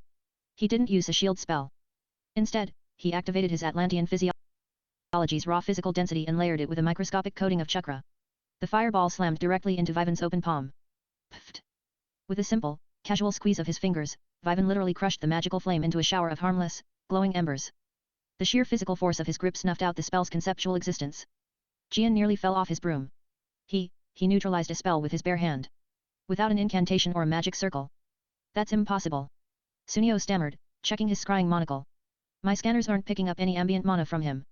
What kind of magic is that? It's called efficiency, Vivan said, his eyes narrowing as a faint pulse of his conqueror's haki leaked out. The invisible weight of his will caused the flying broomstick beneath Gian and Sunio to violently shudder and lose its magical buoyancy. The two bullies screamed as the broom plummeted 3 feet, dumping them unceremoniously into a muddy puddle on the side of the road. We need to go, Nobita, Doraemon, Vivan said, turning his back on the sputtering bullies. The Great Sage is telling me that this magic world isn't just a fun fantasy. The protective barrier around Earth is failing. The demons are already on their way. Chapter 44, The Descent of the Demonic Star. Within 48 hours, the whimsical magic world turned dark. The sky over Tokyo didn't fade into twilight, it turned a bloody, bruised purple. A massive, burning crimson comet, the underworld demonic star, materialized in the upper atmosphere, casting a sinister, suffocating shadow over the planet. The ancient prophecy is true. Doraemon panicked inside the Nobi household, frantically flipping through a magical grimoire. The Demon King Demark has breached the planetary seals. His vanguard is landing in the forest near Mt. Fuji. We have to fight them. Nobita declared, though his legs were shaking so violently he could barely stand. I'm coming too, a sharp, feminine voice declared from the doorway. A beautiful young girl with silver hair and sharp red eyes stepped into the room, wielding a gleaming silver rapier. Miyoko, the daughter of a legendary magus who had been studying the demonic inversion. My father was turned into a stone statue by the demon vanguard. If we don't destroy the Demon King's heart before the comet reaches its zenith, Earth will become a barren wasteland of darkness. Then let's go, Vivan said, his hand resting on the hilt of his hidden Zanpakuto. Doraemon, pack the survival gear. Miyoko, lead the way. Using a combination of Doraemon's magical flying carpets and Vivan's key flight, the group shot toward the dark forests of Mt. Fuji. As they neared the impact zone, the trees below were completely blackened, oozing a thick, toxic purple slime that hissed against the soil. Suddenly, the sky above them fractured. Dozens of gargantuan, bat-winged demons with flesh like cracked magma dropped from the clouds, their claws glowing with high-tier destruction magic. Insolent mortals, the lead demon bellowed, its voice vibrating with raw malice. Flesh for the Dark Star. Chapter 45, The Siege of Mt. Fuji. Miyoko, protect Nobita and Shizuka. Vivan commanded, his body already accelerating into the sky as a blazing streak of white-hot ki energy. Shadow Clone Jutsu, Multi. With 50 sharp, thunderous pops of smoke that cut through the demonic howling, 50 identical copies of Vivan materialized in the purple sky, all hovering effortlessly using ki flight. What kind of duplication magic is this? The lead demon shrieked, its magic circles faltering in confusion. There's no mana signature. You don't need mana to get hit, the Vivans shouted in unison. The battlefield erupted into a localized war zone. The clones blitzed through the air, utilizing their Atlantean amplified strength to deliver strikes that literally shattered the demon's reinforced magma armor on impact. One clone grabbed a demon by its tail, violently spinning it around before hurling it straight into another charging monster, causing both to explode into columns of dark ash. The real Vivan closed his eyes, relying entirely on his observation haki and the processing power of the Great Sage Shard. He tracked the movements of the 3 elite demon generals who were currently chanting a massive, continent-spanning curse spell near the center of the forest. Target acquired, the Great Sage's mechanical voice echoed in his mind. Spell completion progress at 87%. Recommended action, high-density kinetic elimination. Vivan plummeted from the upper atmosphere like a falling star, his wrists coming together at his right hip as he entered a terminal dive. Ka! Vivan began, the air pressure around Mt. Fuji dropping so violently that the surrounding trees snapped. Me. The purple clouds began to swirl into a massive vortex. Ha! Me. The 3 demon generals looked up, their eyes widening in absolute terror as they saw a blinding sun of blue-white energy forming in the hands of an 11-year-old boy. Ha! Vivan thrust his hands forward. The massive, roaring torrent of the Kamehameha erupted from his palms, completely swallowing the 3 generals and the entire demonic vanguard in a single absolute wave of destruction that lit up the night sky for hundreds of miles. Arc objective progress, 75%. System warning, the Demon King Demark has detected your location. The final confrontation has begun. Chapter 46, The Silver Arrow and the Shadow King. The dust from the Kamehameha had barely settled when the temperature in the forest plummeted below freezing. The vibrant blue-white light of Vivan's energy blast was swallowed by a thick, oily darkness that crawled across the scorched earth. From the center of the crater, where the 3 demon generals had been vaporized, the shadows began to liquefy and rise. They congealed into a towering, shifting silhouette clad in a crown of jagged obsidian horn spikes. It was the astral projection of the Demon King Demark. Mortal scum, Demark's voice vibrated through the tectonic plates of Mt. Fuji, causing the earth to tremble. You think your raw, unrefined energy can sever the conceptual ties of the underworld star? This planet is already forfeit.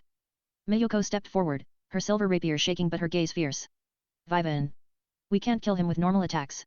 His heart is hidden inside the core of the underworld demonic star itself. We have to use the silver arrow of the cosmos to pierce his projection and trace the energy line back to the source. She pulled a glowing, platinum-tipped arrow from her magical quiver, but her bow had been snapped in half during the initial crash. I don't have enough mana left to forge a spectral bow. You don't need one, Vivan said, stepping past her. His Atlantean physiology thrummed with boundless vitality. Give me the arrow. Vivan took the heavy silver projectile. He didn't use a magical bow. Instead, he dropped into a deep spear thrower's stance, drawing on his 20-fold physical strength multiplier. He wrapped his fingers around the shaft, channeling a dense, hyper-compressed layer of chakra to reinforce the wood so it wouldn't disintegrate under his raw power. And LT notice, and GT the Great Sage Shard calculated instantly. And LT launch angle optimized at 42.3 degrees. Required kinetic output, 89% of current maximum. Wind resistance neutralized via internal calculation. And GT hold tight, Demark, Vivan muttered. With a deafening sonic boom that shattered every remaining tree trunk within a mile, Vivan hurled the silver arrow with his bare arm. The projectile turned into a literal railgun slug, tearing through Demark's shadow chest before flying straight up into the upper atmosphere, piercing the glowing core of the red-crimson comet. Chapter 47, The Core of the Magic World Crack. The sky above Tokyo fractured like brittle glass. The red demonic star erupted into a brilliant, blinding supernova of silver and purple sparks. As the core of the star shattered, Demark's projection let out a final, agonizing shriek before dissolving into nothingness. The moment the star died, the reality warping field generated by the what-if box began to destabilize. The purple clouds vanished, replaced by the familiar starlit sky of a summer night in Tokyo. Major arc complete, Nobita's great adventure into the underworld evaluation, SSS rank, conceptual magic threat eliminated, timeline restored. Rewards distributed. Tensura franchise, Great Sage skill shard evolved into unique skill, Great Sage, full autonomy unlocked. New franchise tree unlocked, One Piece expansion. Current ability unlocked, Logia Light, Kizaru style, fragment/initial phase. Fell to one knee as his mind violently expanded. The unique skill, Great Sage was no longer a dormant shard, it was a fully conscious, hyper-logical entity nested inside his soul. And LT hello, host, and GT the voice echoed, now carrying a distinct, pristine clarity that made his previous processing speed look like an ancient dial-up modem. And LT I am the unique skill, Great Sage. I am ready to manage your absolute ascension. And GT welcome to the team, Sage, Vivan thought back, wiping a drop of sweat from his forehead. At the same time, his body felt strangely weightless. He looked down at his right hand.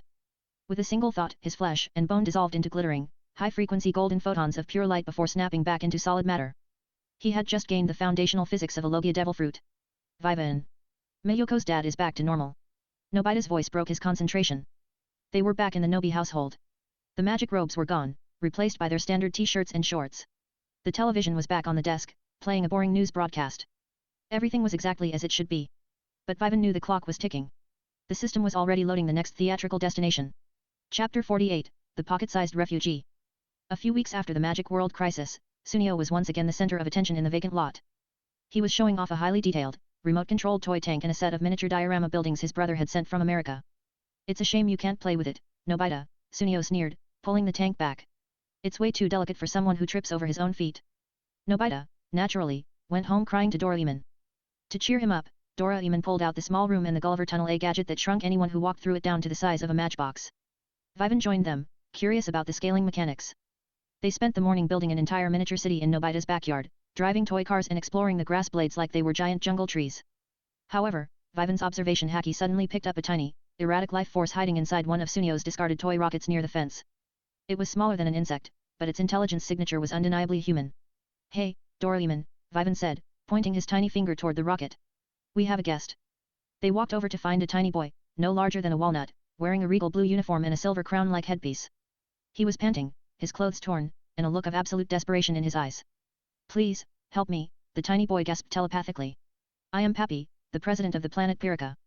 My world has been overthrown by the military dictator Gilmore, and his secret police force, the PCIA, are hunting me across the galaxy. Major arc initiated, Nobita's Little Star Wars. Status, 6th member miniature protocol engaged. Objective, protect President Pappy, infiltrate the PCIA orbital fortress, and liberate the planet Pirika. Rewards, One Piece franchise, Logi Light, Kizaru style mastered. Vivan looked at the tiny president, his eyes narrowing.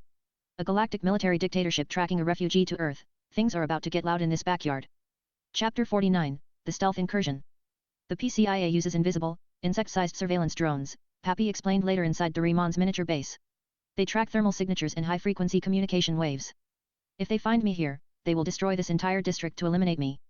Let them try, Gian growled, slamming his tiny fist onto the table. We don't let bullies run over our friends, no matter what planet they're from. And LT warning, and GT the Great Sage interjected inside Vivan's mind. And LT high-frequency electromagnetic scanning waves detected approaching the perimeter. 3 stealth drones equipped with micromissiles are currently hovering above the backyard fence. And GT they're already here, Vivan said aloud, standing up. What? Where? Sunio panicked, looking up at the giant, towering blades of grass. Vivan didn't explain. He simply placed 2 fingers to his forehead. Instant transmission. He vanished from the miniature table and reappeared hovering in midair right next to the fence. To the 3 insect-sized PCIA drones, Vivan looked like a colossal titan, even though he was currently shrunk by the Gulliver Tunnel. The drones immediately pivoted, their microlasers charging with a high-pitched whine. Speed is weight, Vivan whispered, testing his newly unlocked one-piece technique. Have you ever been kicked at the speed of light? Vivan's right leg instantly dissolved into a stream of brilliant golden photons. Moving at a fraction of the speed of light, which was more than enough to completely bypass the drone's advanced 22nd century tracking telemetry, Vivan delivered 3 microscopic, lightning-fast light kicks. Flash. Flash. Flash. The 3 drones didn't just break. The sheer kinetic energy of the light-speed impact vaporized their microalloy hulls into atomic dust before they could even send a distress signal back to their orbital mothership. Vivan dropped back to the grass, his leg reforming into solid flesh. First wave neutralized, Sage. What's the status of their main fleet? And LT report. The PCIA flagship Gorgon is currently positioned in Earth's geostationary orbit, cloaked from human radar. They are prepping a full-scale tactical extraction force. NGT. Chapter 50, The Miniature Space War. The situation escalated within hours. Realizing their scout drones had vanished, the PCIA commander, DORAEMON'S, deployed a fleet of miniature, automated space fighters into Nobita's neighborhood. The sky above the vacant lot was filled with hundreds of tiny, glowing lasers as the toy-sized ships began to fire upon DORAEMON'S modified RC tanks. They've captured Shizuka. Nobita screamed from the cockpit of a toy fighter jet. They took her as a hostage to force Pappy to surrender. We're going to the source, Vivan said, his eyes cold as he stood on the roof of the Nobi household. He looked up toward the stars, where his key sense could feel the cold, mechanical presence of the cloaked PCIA mothership. Doraemon, take the rest of the crew and use the space tank to hold off the ground forces. I'm taking care of the fleet. Vivan, you're still shrunk. Doraemon cried out. You're only 2 inches tall. 2 inches of pure light is more than enough, Vivan smiled. He didn't use a ship. He simply ignited his key flight, wrapping his tiny body in a blazing white aura, and shot straight up into the sky like a miniature shooting star, tearing through the stratosphere at Mach 10. As he breached the vacuum of space, the massive, cloaked hull of the PCIA flagship materialized before his eyes. It was a terrifying, weaponized satellite covered in plasma turrets, but to Vivan, it was just a target. He crossed his arms in the silent void of orbit, his entire body beginning to glow with an intense, blinding golden light that rivaled the sun. Great Sage, Vivan commanded. Calculate the structural weak points of the flagship's main engine core. And LT analysis complete. 3 primary cooling vents identified along the lower chassis. Commencing execution path. NGT. Let's show these space pirates how Kizaru cleans up a mess, Vivan growled, his form dissolving entirely into a cluster of lethal, light-speed photons as he prepared to solo a galactic armada. Chapter 51, The Light of Retribution. In the absolute silence of Earth's geostationary orbit, the PCIA flagship Gorgon hung like a bloated mechanical tick. Inside the high-tech command bridge, Commander Derekara stared at his static-filled radar displays, his electronic monocle clicking rapidly. Report.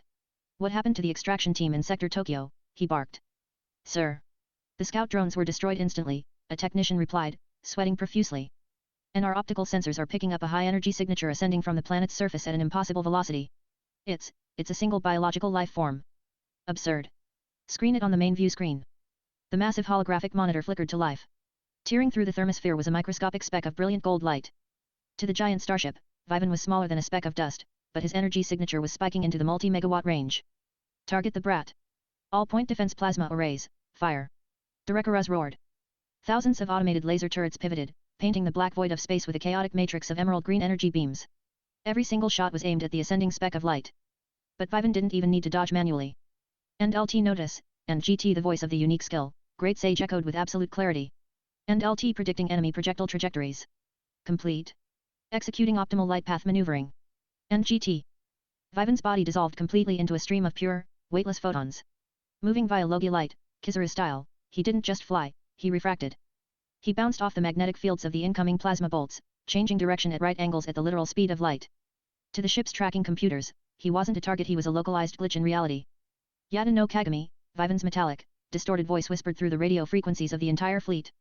A beam of light shot straight through the outer defensive barrier of the flagship, refracting off the hull before materializing into Vivan's solid form right in front of the main bridge window. He looked through the reinforced glass at the terrified alien officers, his hands casually tucked into his pockets. Have you ever been kicked at the speed of light? Vivan asked smoothly. Chapter 52, Dismantling the Fleet. Before Derekara's could scream an order, Vivan raised his right leg. It ignited with a blinding, sun-like luminescence that completely washed out the bridge's internal lighting. Flash. Vivan dropped his leg.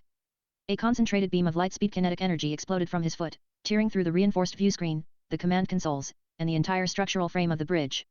The vacuum of space instantly began to vent the atmosphere, pulling alien soldiers into the void. Vivan, completely unaffected by the lack of oxygen or the freezing cold thanks to his Atlantean physiology, simply floated in midair, watching the chaos. Alert. Structural failure in Sector 1, the ship's automated AI shrieked through the remaining speakers. Great Sage, let's finish this quickly. Find the secondary ships, Vivan thought. And LT understood. Releasing automated target locking. 32 PCIA support cruisers are currently deploying microfighters from the lower hangar base. And GT. Vivan crossed his arms, his body rising higher into the orbital plane. He pulled his fingers back, bringing his wrists together near his chest, forming a cross shape with his arms. Amino Hakazako. Sacred Jewel of Heaven. Instead of a single beam, Vivan unleashed a relentless, thousand-strong barrage of hyper-compressed light particles from his palms. Each particle moved at light speed, carrying the mass energy of a localized mortar shell. Pew pew pew pew pew. The sky above Earth lit up in a beautiful, terrifying display of golden fireworks. The PCIA support cruisers didn't even have time to raise their kinetic shields. The light particles punched through their hulls like hot needles through wax, detonating their internal fuel reserves. One by one, the 32 warships erupted into silent, expanding spheres of flame before dissolving into space debris. Chapter 35, The Liberation of Pirika. Down on the surface, in the miniature city built in Nobita's backyard, the ground forces of the PCIA suddenly froze. Their communication relays to the orbital fleet had gone entirely dead, replaced by a single, loops-patterned message showing a glowing silhouette of an 11-year-old boy. The mothership is gone, the ground commander gasped, dropping his laser rifle into the grass. Nobita, driving his toy tank, looked up at the sky, where a faint golden star was rapidly descending. Vivan did it. He destroyed the whole fleet. Pappy, the tiny president, fell to his knees in the dirt, tears streaming down his face as he looked at the sky. Our world, our people, we're finally free from Gilmore's shadow. Vivan touched down lightly on the grass, his body effortlessly scaling back up to normal size as he walked through the Gulliver Tunnel's exit. The blue screen materialized before his eyes, pulsing with a deep, triumphant gold. Major arc complete, Nobita's Little Star Wars. Evaluation, SSS rank, Galactic Dictatorship dismantled solo in orbit. Rewards distributed. One Piece franchise, Logia Light, Kizaru style fully mastered, passive, intangibility to non-haki/non-elemental physical attacks, light speed movement unlocked. New franchise tree unlocked, Tensura expansion. Current ability unlocked, Predator skill, level 1, ability to consume and analyze matter/energy concepts. Felt a bizarre, bottomless void open up within his spiritual stomach. It wasn't hunger, it was a conceptual vacuum Vivan capable of swallowing reality itself. The Predator skill was now online. Thank you, Vivan, Pappy said, standing on Vivan's palm as the group gathered around to say goodbye. A rescue ship from Pirika had just arrived to take the president home to rebuild his world. The universe will never forget the Star-Lord of Earth. Vivan smiled, placing the tiny president safely into the ship's hatch. Just make sure you guys invest in a better radar system next time. Chapter 54, The Rumblings of the Steel Troops. The end of the space war brought a brief period of calm, but Vivan's unique skill, Great Sage, never slept. While Vivan was walking home from school one afternoon, carrying Shizuka's school bag as part of a casual daily routine, the mechanical voice inside his head chimed with an ominous alert. NLT warning. A massive spatial distortion has been detected in the suborbital thermosphere. A foreign object composed of non-terrestrial extra-dimensional alloy has dropped into the coordinates of the North Pole. NGT. Vivan stopped in his tracks, his eyes narrowing. The North Pole? Don't tell me. The system instantly flashed a massive, crimson screen that covered his entire field of vision. Major arc initiated, Nobita and the Steel Troops status, planetary invasion protocol engaged. Objective, neutralize the Megatopia robot army, save the scout droid Rairuru, and prevent the total enslavement of the human race. Rewards, Tensura franchise, Predator skill evolution, upgraded to unique skill, gluttony. Vivan. Look at this. Nobita's voice echoed from across the street. He was dragging a massive, glowing blue metallic sphere apart that looked like a giant bowling ball into his yard. I found it falling from the sky while I was looking for my lost baseball. Vivan walked over, his Great Sage instantly running an advanced molecular scan on the metal. NLT analysis. The object is a localized spatial beacon composed of zeta steel. It is currently transmitting a high-frequency tracking signal to an extra-dimensional coordinate known as Megatopia. NGT. Nobita, Vivan said, his voice dead serious as he looked at the blue sphere. Put that down. You didn't find a toy. You just brought the homing beacon for a planetary execution force into your backyard. Chapter 55, The Angel of Megatopia. Before Nobita could answer, a massive white light erupted from the sky, dropping a towering, sleek humanoid robot directly into the vacant lot.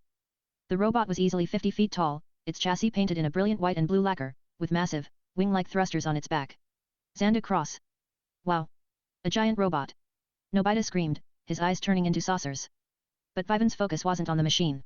His observation haki picked up a faint, elegant, yet deeply cold life force standing on top of the wall overlooking the lot. It was a young girl, no older than Shizuka, with long, flowing pink hair and eyes like polished sapphires. She wore a strange, futuristic uniform, and her expression was entirely devoid of human emotion. Rairuru. Mortals, Rairuru said, her voice carrying a cold, synthetic resonance that echoed through the lot. You have touched the property of the Megatopia Empire. Step away from the brain core of Xanda Cross, or your biological signatures will be erased from this sector. Vivan stepped in front of Nobita, his hand resting casually on the hilt of his dark blue katana. His predator skill in his stomach began to hum, sensing the raw, high-density energy radiating from the giant robot's core. You're a long way from home, robot girl, Vivan smiled coldly, his eyes locking onto hers. And this neighborhood is under my jurisdiction.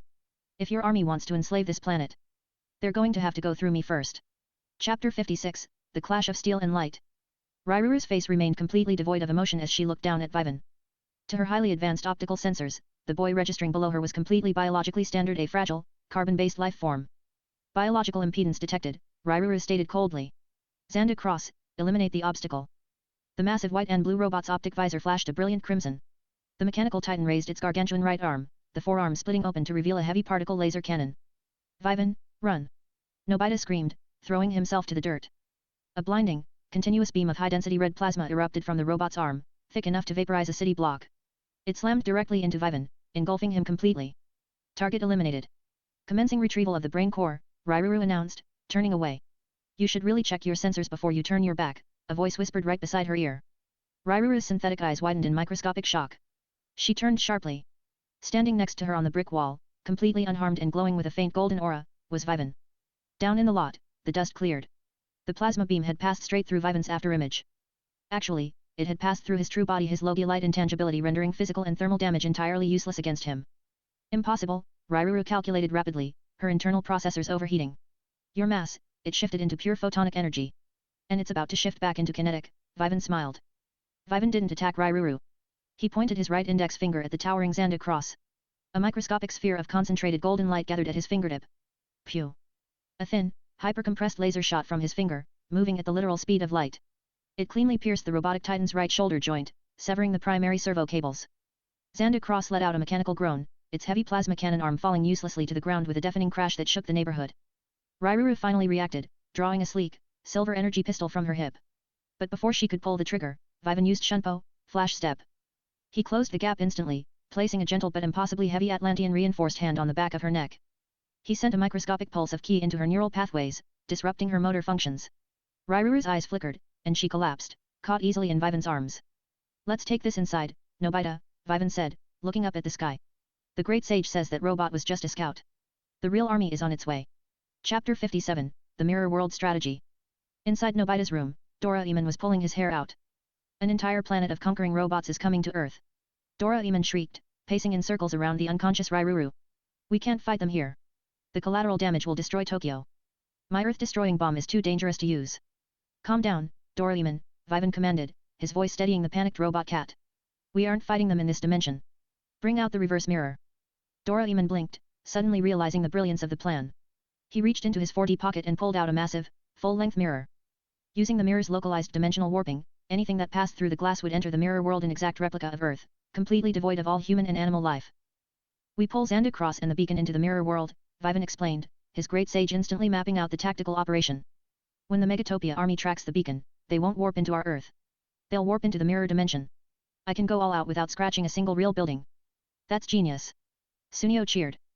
They quickly transported the massive, disabled robot and the blue bowling ball brain core through the mirror. Vivan laid Rairuru on a soft bed inside the mirror version of Shizuka's house. Vivan stood before the brain core of Xanda Cross. He placed his hand on the blue metal sphere. And LT notice, and GT the great sage spoke in his mind. And LT interfacing with extraterrestrial AI. Firewall detected. Commencing override using nanocellular telepathy. And GT. Vivan's Iron Man Mark I core integration flared. He didn't just hack the robot, he fundamentally rewrote its loyalty matrix in under 10 seconds. The blue sphere beeped, its hostile crimson light shifting to a docile green. Vivan had just conscripted a giant robot into his personal arsenal. Vivan, Shizuka called out from the doorway, holding a basin of water. Rairuru is waking up. A&D. She's hurt. Her internal fluid is leaking from the fall. Vivan walked over. This was the crux of the arc. The system didn't just want him to punch robots, he had to break the ideological foundation of the Megatopia Empire. And that started with Rairuru understanding a soul. Chapter 58, The Algorithm of a Soul. For 3 days in the mirror world, the silence was deafening. Vivan spent his time meditating on the roof of Nobita's mirror house, cultivating his predator skill while keeping his observation haki cast wide across the empty sky. Inside, Shizuka tended to Rairuru.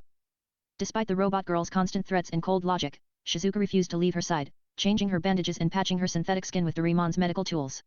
Why do you repair me? Rairuru asked one afternoon, her voice lacking its usual sharp edge. It is illogical. I am your enemy. When my brethren arrive, you will be enslaved. Because you were hurting, Shizuka answered simply, smiling warmly. Humans don't need logic to show kindness. Rairuru stared at the ceiling, her complex algorithms failing to compute the warmth spreading through her central processor. On the roof, Vivan opened his eyes. The great sage chimed loudly. And LT alert. Massive dimensional fissure detected in the upper exosphere. The Megatopia armada has locked onto the decoy beacon. Estimated enemy count, 2.5 million mechanized infantry units. And GT. They're here, Vivan said aloud, standing up. The sky above the mirror world Tokyo instantly shattered. It didn't turn dark from clouds, it turned dark from steel. Millions of sleek, heavily armed robotic soldiers poured from a massive dimensional rift, descending like a plague of metallic locusts. Vivan. What do we do? Gian yelled, running out of the house with a shotgun. You guys stay here and protect Shizuka and Rairuru, Vivan ordered, drawing his dark blue katana from his waist. He looked at Nobita. Nobita, use Xanda Cross to cover the house. I'm taking the front line. Vivan didn't wait for a response. His body dissolved into a streak of pure light, shooting upward to meet an army of millions completely alone. Chapter 59, The Infinite Swarm. The vanguard of the Megatopia army consisted of 10,000 aerial assault drones.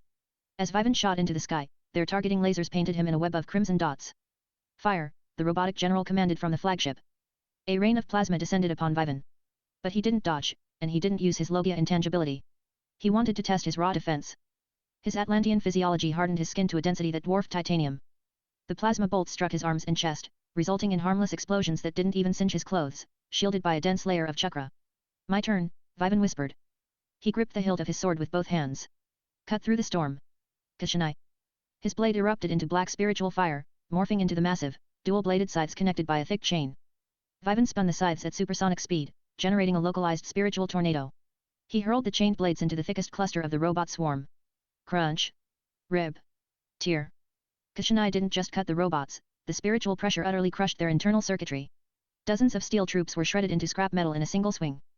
Vivan Flash stepped through the sky, appearing as a phantom, his massive scythes reaping a harvest of alien steel. Down below, Rairuru watched from the window, her mechanical heart trembling. He is defying the absolute might of Megatopia alone, Rairuru whispered. She looked at Shizuka. I cannot let my people do this. Your kindness, it has rewritten my logic. I have to go back to the past. I have to stop Megatopia from ever being built. I'll come with you. Shizuka declared, running toward DORAEMON'S time machine. High above, the robotic general realized standard troops were useless. He ordered the flagship's main cannon to charge. A massive, purple orb of antimatter energy formed at the ship's prow, aimed directly at the mirror world's Tokyo. End LT warning. Antimatter class weapon detected. If detonated, the resulting shockwave will shatter the mirror world boundary, leaking into the real Earth. End GT. Then we don't let it detonate, Vivan said coldly, his eyes locking onto the massive purple sun. Chapter 60, The Gluttonous Void. The robotic flagship fired. The antimatter beam descended like a pillar of divine judgment, silently erasing the clouds in its path. Vivan sheathed his scythes, cancelling his shikai. He floated directly into the path of the beam, holding out his right hand, palm facing the sky.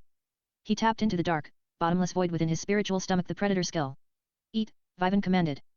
A swirling, pitch-black vortex opened directly from the center of Vivan's palm. It wasn't a shield, it was a conceptual mouth. The moment the antimatter beam struck Vivan's hand, it didn't explode. Instead, the horrific, planet-destroying energy was violently sucked into the vortex. The sheer volume of the energy caused the air around Vivan to warp, but the predator skill swallowed it greedily, converting the hostile antimatter directly into pure, usable key reserves for Vivan. Error. Energy output negated. Impossible, the robotic general shrieked. Vivan smiled, his eyes glowing with a terrifying, absolute power. You shot first. Now I get to shoot back. Vivan channeled the newly consumed antimatter energy, combining it with his own Logia light and ki. He formed a massive, blinding sphere of gold and purple energy in his hands. Kizaru Kamehameha. The hybrid blast tore upward, moving at light speed. It pierced the flagship's hull, triggering a chain reaction that completely vaporized the massive vessel and wiped out the entire central armada in a single, apocalyptic flash of light. At that exact moment, down in the timeline of the ancient past, Rairuru and Shizuka successfully altered the foundational programming of the first Megatopia ancestor robot, installing the concept of empathy. In the sky of the mirror world, the remaining millions of robots suddenly froze. Their chassis began to dissolve into golden dust as history actively rewrote itself. Vivan floated down to the ground, watching the steel troops vanish like snowflakes in the sun. Rairuru's form also began to glow and scatter into the wind, her sacrifice complete, but her soul finally free and at peace. A massive, triumphant blue screen flooded Vivan's vision. Major arc complete, Nobita and the steel troops evaluation, SSS rank, planetary invasion halted, antimatter absorbed, history corrected. Rewards distributed. Tensura franchise, predator skill evolved to unique skill, gluttony, can now consume spatial attacks, souls, and massive energy signatures without capacity limits. New franchise tree unlocked, Naruto expansion. Current ability unlocked, Sage mode, dinosaur/prehistoric sage. Landed softly on the grass, feeling the terrifying, absolute emptiness of Vivan gluttony settle into his core, right next to the hyper-logic of the great sage. As the mirror world faded and they returned to the real, peaceful Tokyo, Vivan took a deep breath. His senses picked up a strange, ancient natural energy bleeding into the modern world. The Knights of the Dinosaurs were calling, and Vivan was about to become the ultimate apex predator. Chapter 61, The Subterranean Pole. The fallout from the Megatopia invasion vanished as the timeline corrected itself, leaving Tokyo in the lazy, humid grip of late summer. But for Vivan, peace was just a loading screen for the next battle. He was sitting on the roof of his house, his eyes closed. Inside his soul, the newly acquired unique skill, gluttony gnawed quietly, a bottomless void waiting to be fed. But his focus was on his chakra network. The system had teased the dinosaur sage mode, but unlocking sage mode in the Naruto universe required absorbing pure, untouched nature energy. Modern Tokyo was a concrete jungle. The ambient nature energy was polluted, thin, and chaotic. Vivan. Look what Doraemon gave me. Vivan opened his eyes and looked down. Nobita was standing in the yard holding a strange, radar-like gadget and a giant drill bit. The underground explorer hole, Doraemon explained, waddling out with a stack of papers. Nobita got 5 zeros on his tests this week. His mom is on a rampage. We're using this to find a massive underground cavern to hide his test papers so she'll never find them. Vivan almost laughed at the absurdity of it using 22nd century spatial engineering to hide a 5th grader's bad grades. But as the drill bit sunk into the earth and the holographic radar flared to life, Vivan's key sense spiked violently. And LT notice, and GT the great sage chimed in his mind. And LT massive concentration of primordial nature energy detected. Depth, 200 miles below the Earth's crust. It is a completely sealed biosphere untouched for 65 million years. And GT Vivan's eyes widened. Perfect.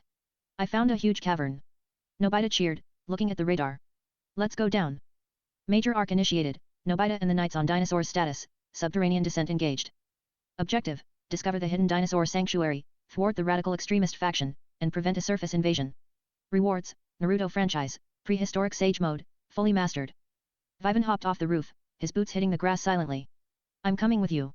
I need a place to train anyway. Chapter 62, The Lost Prehistoric World. They stepped into the underground explorer hole, sliding down a smooth, gravity-defying chute that bypassed the Earth's mantle and deposited them into an impossible landscape. The cavern was so massive it had its own weather system. A glowing, artificial sun composed of bioluminescent algae hung in the rocky ceiling miles above. Lush, towering prehistoric jungles stretched as far as the eye could see, and massive lakes of crystal-clear water dotted the landscape. And roaming through the ferns were actual, living dinosaurs. Triceratops grazed peacefully near the water, while pteranodons soared through the misty air. Dinosaurs. They survived underground. Nobita gasped in awe. The meteor impact 65 million years ago must not have reached this deep, Doraemon hypothesized, his jaw dropping. They've been evolving down here in complete isolation. Vivan didn't care about the history. He took a deep breath. The air was intoxicatingly rich. The nature energy here was so thick and pure it felt like a physical weight pressing against his skin. Doraemon, Nobita, set up a base camp, Vivan said, sitting cross-legged on a massive, moss-covered boulder. I'm going to meditate.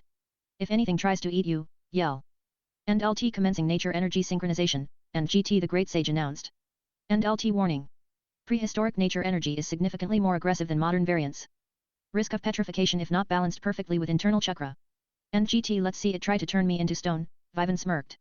He opened his chakra coils, pulling the primordial energy of the underground world into his body. It was like swallowing liquid fire. The ancient, savage instinct of the dinosaurs roared in his mind, trying to overwhelm his human consciousness. But Vivan had the Great Sage to calculate the exact ratio, the conqueror's haki to dominate the savage will of the energy. And gluttony to instantly devour and safely store any excess energy that threatened to petrify him. It was a flawless, cheat-level cultivation process. Chapter 63, The Dino Knights. 2 days passed in the underground world. Vivan remained perfectly still on the boulder, a faint, pulsing green aura surrounding his body. Meanwhile, Gian, Sunio, and Shizuka had joined them underground. While exploring, they stumbled upon the true rulers of this domain, not the feral dinosaurs, but the highly evolved, bipedal humanoid dinosaurs. The Dino Knights. They wore sleek, metallic armor, rode domesticated T-Rexes, and wielded advanced energy lances. Intruders from the surface, a commanding, reptilian voice hissed. A battalion of Dino Knights surrounded Nobita and the gang near the edge of the lake. Their leader, a scarred, raptor-like humanoid named General Inky, glared at them with cold, yellow eyes. The mammals have discovered our sanctuary, Inky snarled. The time for hiding is over. We will execute these scouts, march our armies to the surface, and reclaim the Earth that was stolen from us by the meteor. We aren't scouts. Gian yelled, holding up a futuristic shotgun. We just came to play. Silence, ape, Inky commanded, raising his energy lance. Kill them. Before the Dino Knights could charge, the ground beneath their feet violently shuddered. It wasn't an earthquake. The sheer atmospheric pressure in the cavern suddenly multiplied. The feral dinosaurs in the surrounding jungle immediately dropped to the ground, whining in absolute submission. From the top of the mossy boulder 100 yards away, the pulsing green aura vanished. Vivan opened his eyes. The pupils were no longer human, they were vertical, glowing, golden reptilian slits. Faint, iridescent green scales framed his cheekbones and the edges of his jaw. A heavy, ancient, and utterly overwhelming aura of an apex predator radiated from his body. And LT integration complete, and GT the Great Sage whispered. And LT prehistoric sage mode is now active. Physical parameters multiplied by 50x. Ninjutsu output amplified by 500%. And GT. You're awfully loud for a bunch of oversized lizards, Vivan's voice echoed, carrying a deep, terrifying rumble that vibrated in the chests of the Dino Knights. Chapter 64, The Apex Predator.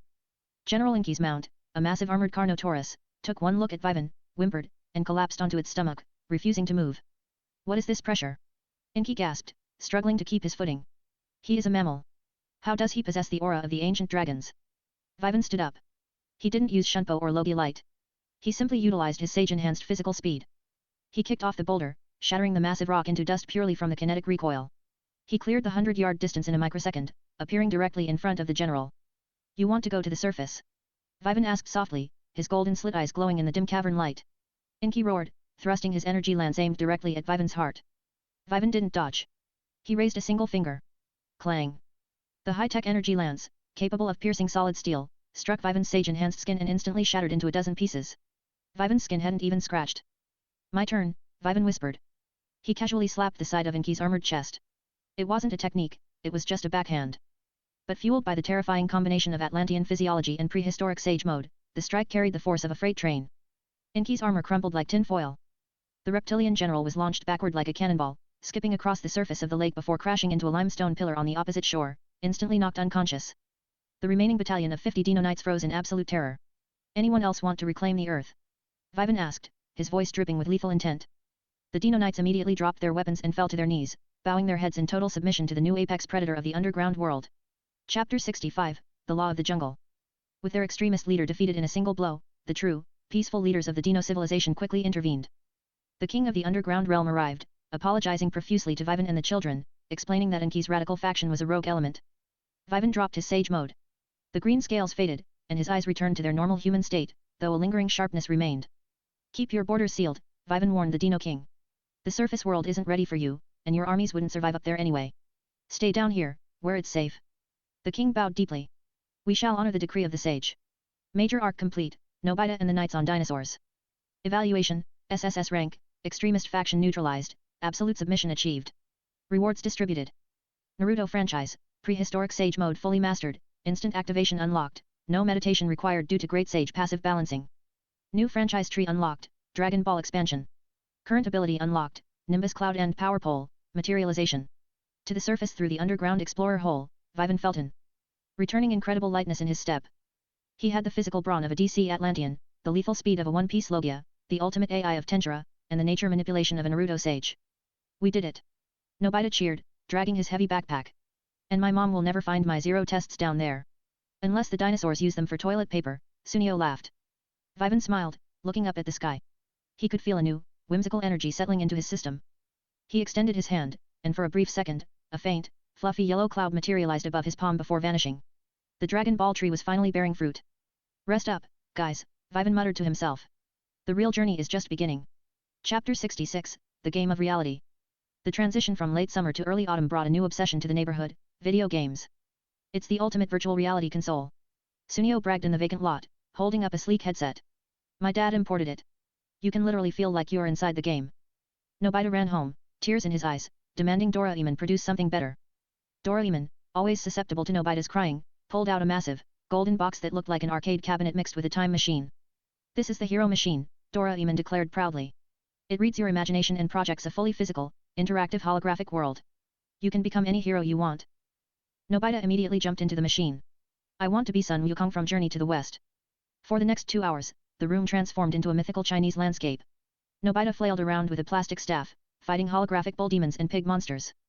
Vivan watched from the corner, his great sage analyzing the technology. And LT notice, and GT the sage reported. And LT the machine utilizes raw conceptual energy to give physical mass to fictional entities. It is highly unstable. And GT. Nobita, time for dinner, his mother yelled from downstairs. Coming. Nobita yelled. He scrambled out of the machine and ran downstairs leaving the console completely powered on, its doors wide open. Vivan's observation haki instantly flared. From the open doors of the machine, dark, thick miasma began to pour out into Nobita's bedroom. The holographic demons from the game were crawling out, their pixelated forms solidifying into real, terrifying flesh and blood. Major arc initiated, Nobita's parallel west journey. Status, reality warping event detected. Objective, eradicate the escaped yokai, defeat the bull demon king, and restore the proper timeline. Rewards, Dragon Ball franchise, Nimbus Cloud and Power Pole, full arsenal access. Nobita. Vivan shouted, but it was too late.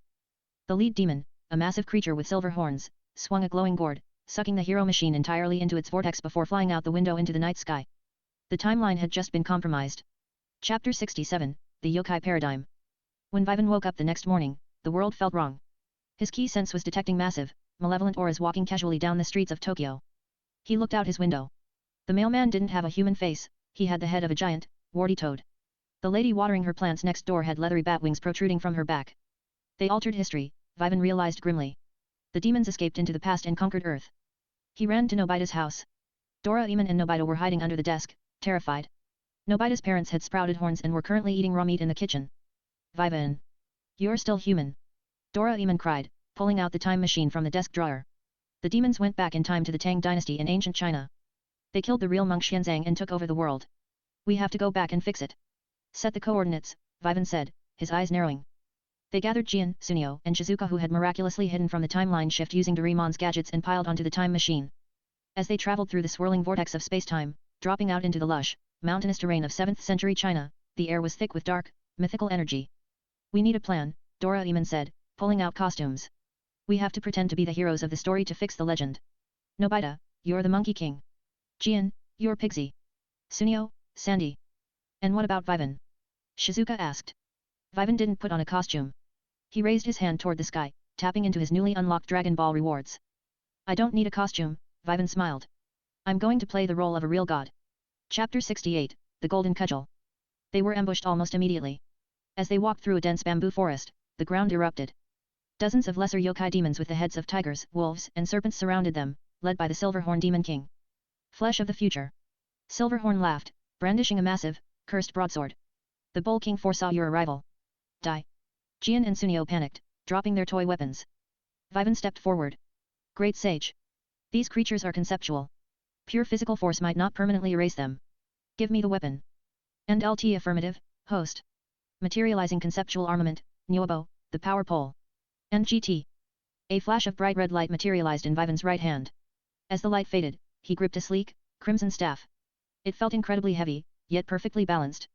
It was a weapon designed to hit the intangible, to bridge the gap between earth and heaven. A stick. Silverhorn mocked. You bring a stick to a demon fight. Vivan smirked. He didn't even use Sage Mode. He spun the power pole smoothly behind his back, catching it in his left hand. Extend, Vivan whispered. SHK boom.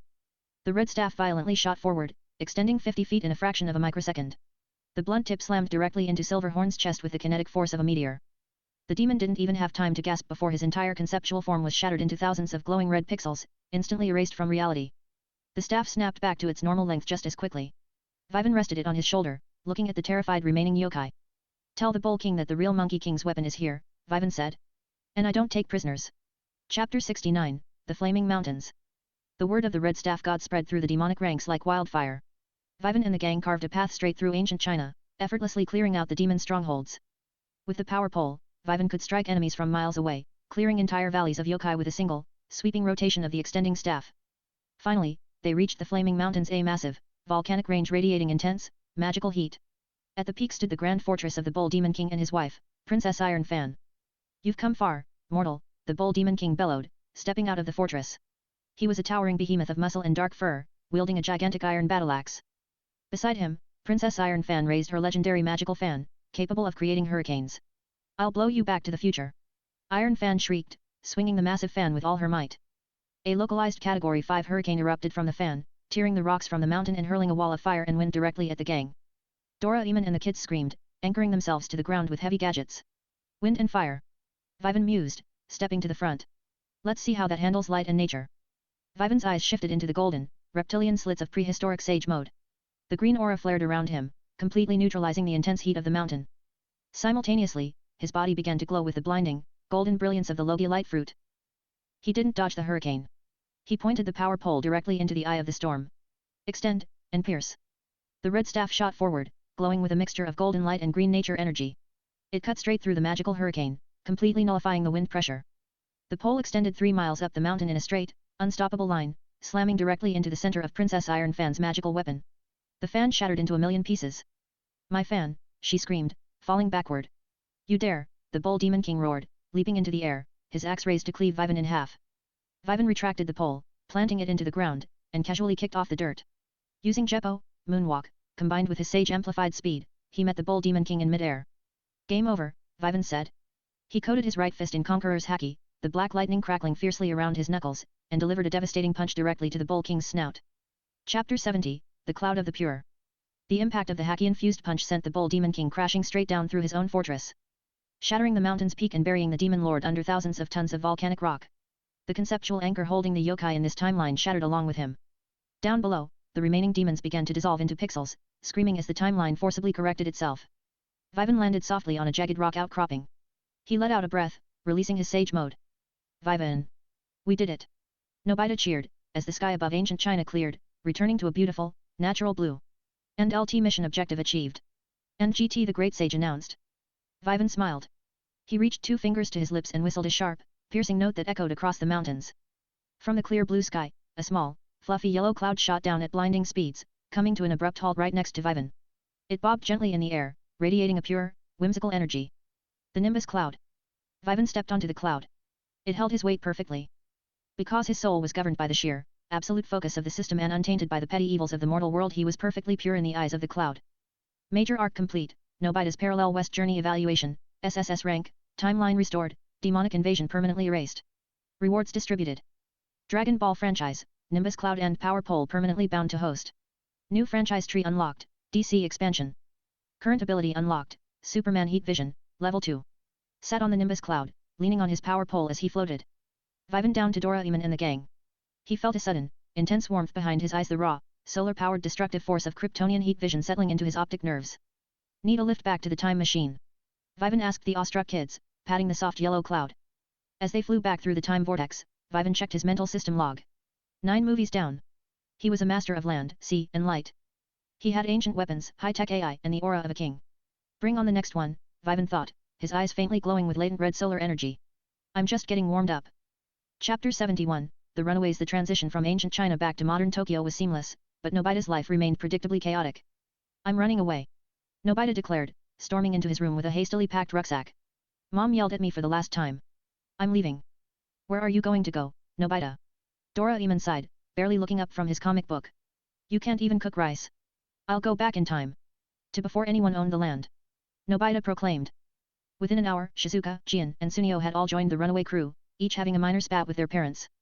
They piled into the time machine, aiming for 70,000 years in the past, the dawn of human history in Japan. Vivan sat at the back of the machine, his power pole resting casually across his lap.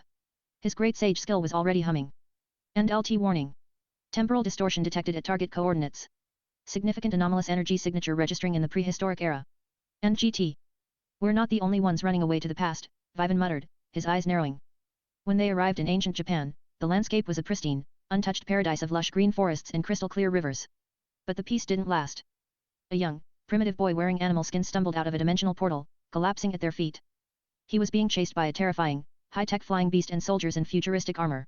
Major arc initiated, Nobita and the birth of Japan status, temporal invasion detected. Objective, protect the primitive boy Kukuru, defeat the 23rd century spirit king Giga, and save the ancestral human tribe. Rewards, DC franchise, Superman Heat Vision level 2, integrated with Atlantean physiology. Giga, Vivan said, recognizing the plot instantly. A 23rd century criminal who traveled back in time to enslave primitive humanity and rule as a god. Not on my watch. Chapter 72, The Spirit King's Vanguard. The soldiers chasing the boy were members of the Dark Spirit clan, wielding shock staffs that shot crackling purple lightning. Kill the primitives, the captain shouted, aiming his staff at Nobita. Duck, Vivan commanded. He didn't move from his spot. He simply looked at the captain. Vivan tapped into his newly acquired DC reward. He channeled the latent solar energy stored in his cells directly into his optic nerves. His eyes glowed a blinding, terrifying crimson. 2 thin, hyper-concentrated beams of heat vision shot from his eyes, moving at the speed of light. The beams cleanly sliced the captain's shock staff in half before instantly vaporizing the heavy, futuristic armor off his chest, leaving the man standing in his singed underwear. Entirely unharmed but paralyzed with shock. The rest of the Spirit Clan soldiers froze, their weapons dropping from their hands. Run, Vivan whispered, his eyes still glowing faintly red. The soldiers didn't need to be told twice. They scrambled back through their dimensional portal, screaming in terror. Kukuru, the primitive boy, looked at Vivan in absolute awe. He fell to his knees, pressing his forehead against the dirt. The Sun God. The legends are true. You have come to save the Light Clan. Vivan let his eyes cool back to their normal dark brown. He helped the boy up. I'm not a god. Just a guy with good genetics. Take us to your tribe. Chapter 73, The Base at the Edge of Time. They spent the next few days establishing a massive, hidden base inside a prehistoric mountain, using DORAEMON'S gadgets to create a comfortable living space for Kukuru's rescued tribe. Vivan spent his time on the mountain peak, sitting cross-legged on his Nimbus cloud. He was experimenting, carefully merging the raw, kinetic output of his prehistoric sage mode with the infinite conceptual processing power of the great sage. Giga controls massive, terraforming beasts, Vivan reasoned to himself. He has a mammoth, a saber-toothed tiger, and a dragon, all genetically engineered and cybernetically enhanced in the 23rd century. Normal attacks won't scratch their armor. NLT suggestion, and GT the Great Sage chimed in. NLT combine the thermal output of the heat vision with the piercing density of the power pole. NGT. Vivan smiled. He drew the red staff, channeling his latent solar energy into the weapon until the wood began to glow with a terrifying, white-hot heat. Perfect. His training was interrupted by a massive explosion that shook the entire mountain range. The sky turned a sickening shade of green. Giga fortress, a massive, floating island of jagged black stone and futuristic machinery, had materialized in the clouds above their base. So, the primitive monkeys have found a new god, a booming, synthesized voice echoed from the fortress, amplified across the valley.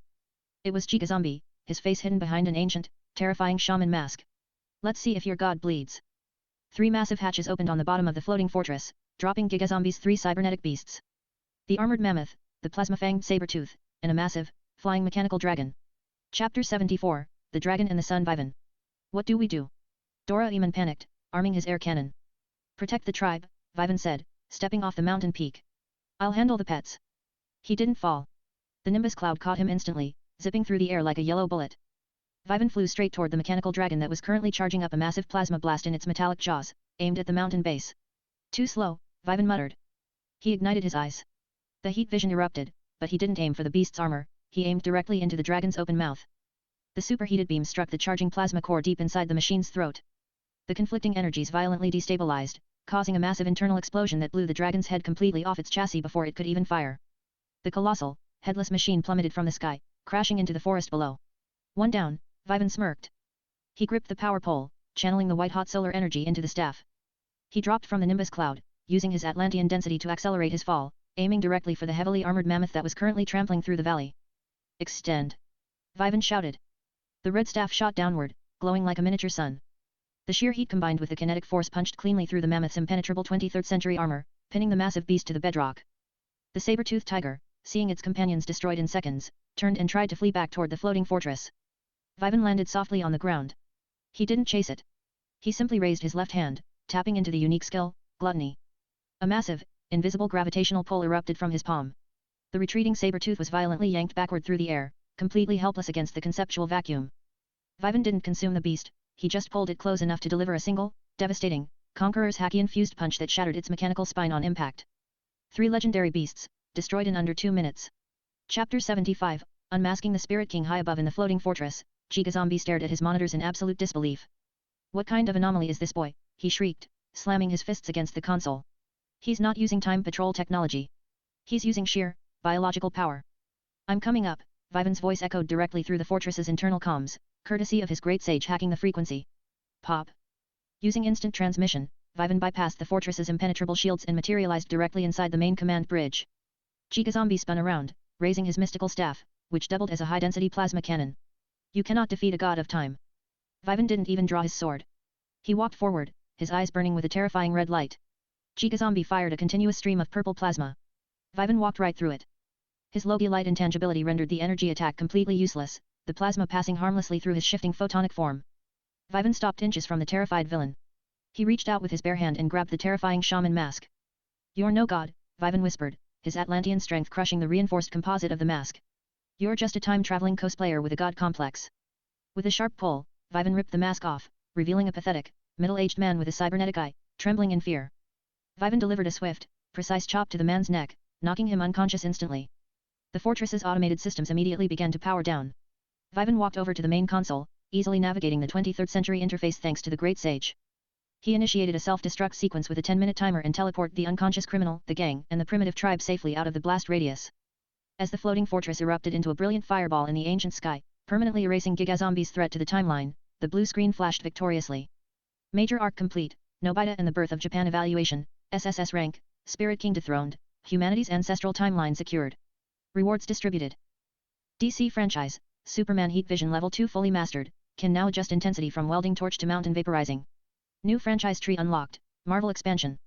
Current ability unlocked, Thor's Lightning, Mjolnir Affinity Fragment. Stood on a grassy hill, watching the primitive tribe celebrate their newfound Vivan freedom.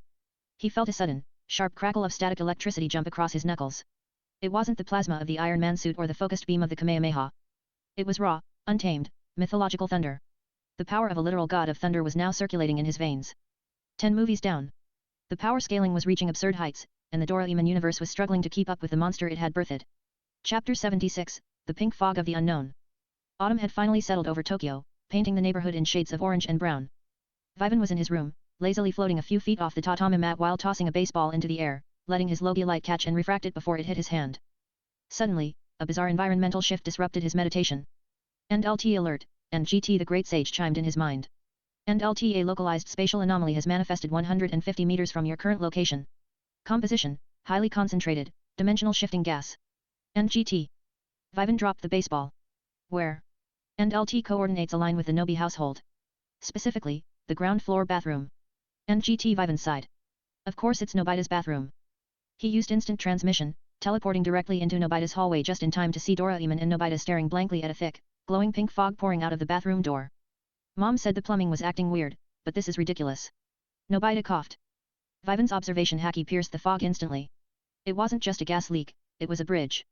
On the other side of the mist, he didn't sense plumbing. He sensed a sprawling, vibrant biosphere filled with thousands of unique, humanoid life forces. Don't breathe it in too deeply, it might cause spatial disorientation, Vivan warned, stepping in front of them. Stay behind me. They walked through the pink fog, the walls of the hallway dissolving away. When the mist cleared, they weren't in Tokyo anymore. They were standing in a lush, incredibly pristine forest under a sky that was a shade of blue too pure for modern Earth. Before them stood a humanoid dog wearing overalls and carrying a satchel. The dog boy dropped his notebook in shock. Age humans. Actual humans. Major arc initiated, Nobita and the Animal Planet. Status, planetary bridge established. Objective, defend the Animal Planet from the Nimuch, a radical human supremacist faction from the neighboring moon of despair. Rewards, Marvel franchise, Thor's lightning, full integration and weather manipulation. Well, Vivan smirked, his eyes scanning the incredibly peaceful dog boy. Looks like we aren't in Nurim Award anymore. Chapter 77, The Star of Hope and the Moon of Despair. The dog boy introduced himself as Chippo. The planet they had stumbled upon was a utopian society where highly evolved, anthropomorphic animals lived in absolute harmony with nature. There were no cars, no pollution, and no weapons. They relied on wind, solar, and water power. It was a true paradise. Doraemon, Shizuka, Gian, and Sunio soon followed through the pink fog, marveling at the Animal Planet. Shizuka was immediately enamored by the talking cats and rabbits, while Gian and Sunio were stunned by the lack of technology. But Vivan wasn't looking at the peaceful villages or the clean rivers. He was looking up at the sky. Hanging ominously in the daylight was a massive, scarred, and barren moon. While the Animal Planet radiated pure, vibrant life, Vivan's key sense picked up an incredibly toxic, malicious hum emanating from that desolate satellite. NLT analysis, and GT the Great Sage reported. NLT the neighboring moon is completely stripped of natural resources. It is heavily industrialized and populated by approximately 5 million hostile humanoids. They are currently massing a heavily armed invasion fleet. NGT the Nimuch, Vivan muttered. He separated himself from the group, walking deep into the Animal Planet's forest to find an empty clearing.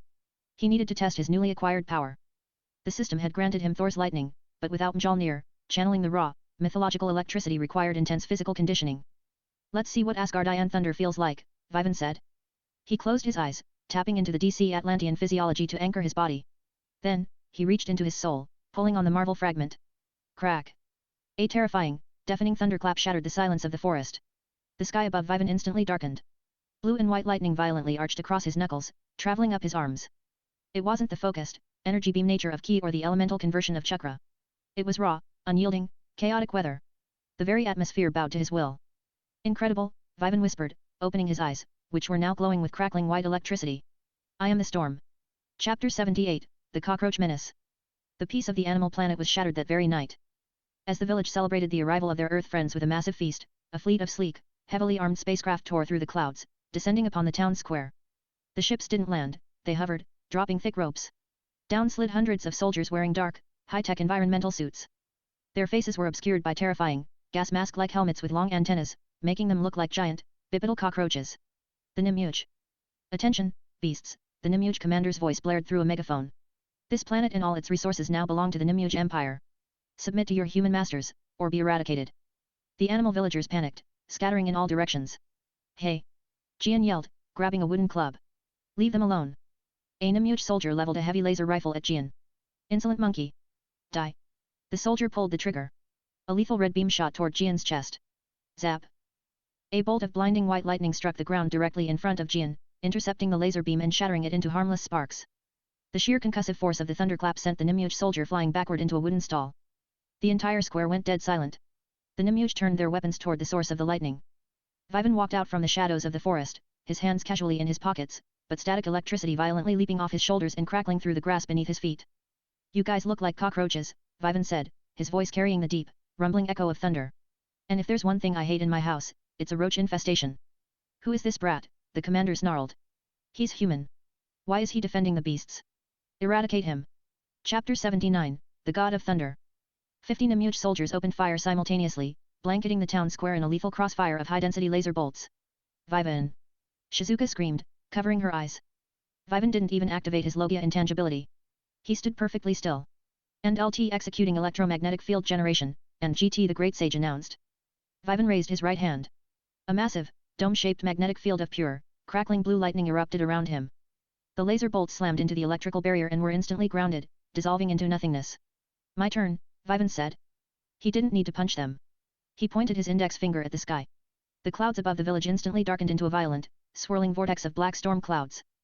The atmospheric pressure dropped so rapidly that the Nimue soldiers began to stumble, their advanced suits struggling to compensate. What's happening to the weather? A soldier panicked, looking at his malfunctioning radar. There's a massive barometric anomaly centered directly above us. Vivan smiled, his eyes glowing blinding white. Thunderfall. Boom. Boom. Boom. Dozens of massive, mythological lightning bolts rained down from the sky with pinpoint, terrifying precision. Vivan's observation haki ensured that not a single animal villager or earth friend was touched. The lightning struck the Nimue soldiers, instantly overloading their high-tech suits and frying their weapons. The electrical current locked their muscles, dropping them to the ground in twitching, paralyzed heaps. The Nimue commander, watching his entire vanguard get incapacitated in 3 seconds, scrambled back toward his hovering ship. Retreat. Retreat to the mothership. Call the orbital bombardment fleet. We will glass this entire continent. I don't think so, Vivan whispered. Pop. Using instant transmission, Vivan vanished from the ground and reappeared directly on the hull of the retreating Nimue dropship, riding it straight up into the atmosphere where the main invasion fleet was waiting. Chapter 80, Judgment from the Skies. In the upper atmosphere of the animal planet, the Nimue mothership hovered a massive, heavily armored dreadnought bristling with anti-surface plasma cannons. Surrounding it were hundreds of smaller cruisers, ready to scorch the beautiful forests below. Vivan stood on the nose of the mothership, completely unfazed by the high-altitude winds and thin oxygen, his Atlantean physiology keeping him grounded. Sir. The anomaly is on the hull, a technician screamed inside the bridge. Shake him off. Roll the ship, the fleet admiral roared. The massive dreadnought violently pitched upward. Vivan didn't budge. He drew his red staff from his back. Extend. The power pole shot downward, piercing the hull of the dreadnought like a hot needle and anchoring Vivan in place. He looked around at the hundreds of cruisers turning their weapons toward him. Let's see how much voltage a 22nd century spaceship can take, Vivan muttered. He held his left hand out, summoning the Nimbus cloud. It shot under his feet, allowing him to pull the power pole free and float independently in the center of the armada. Vivan crossed his arms, closing his eyes. He tapped into the absolute limits of his Marvel system reward, fusing it with his ki and the infinite processing of the Great Sage.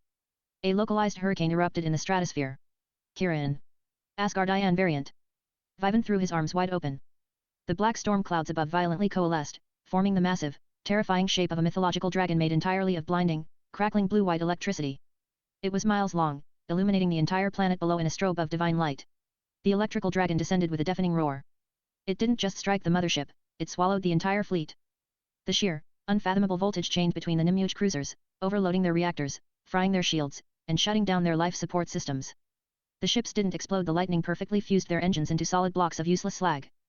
The entire Nimue invasion fleet went completely dark, plummeting helplessly out of the sky before Vivan used a massive wave of chakra control to gently catch the falling ships in a net of wind, setting them down harmlessly in a barren desert far from the animal villages.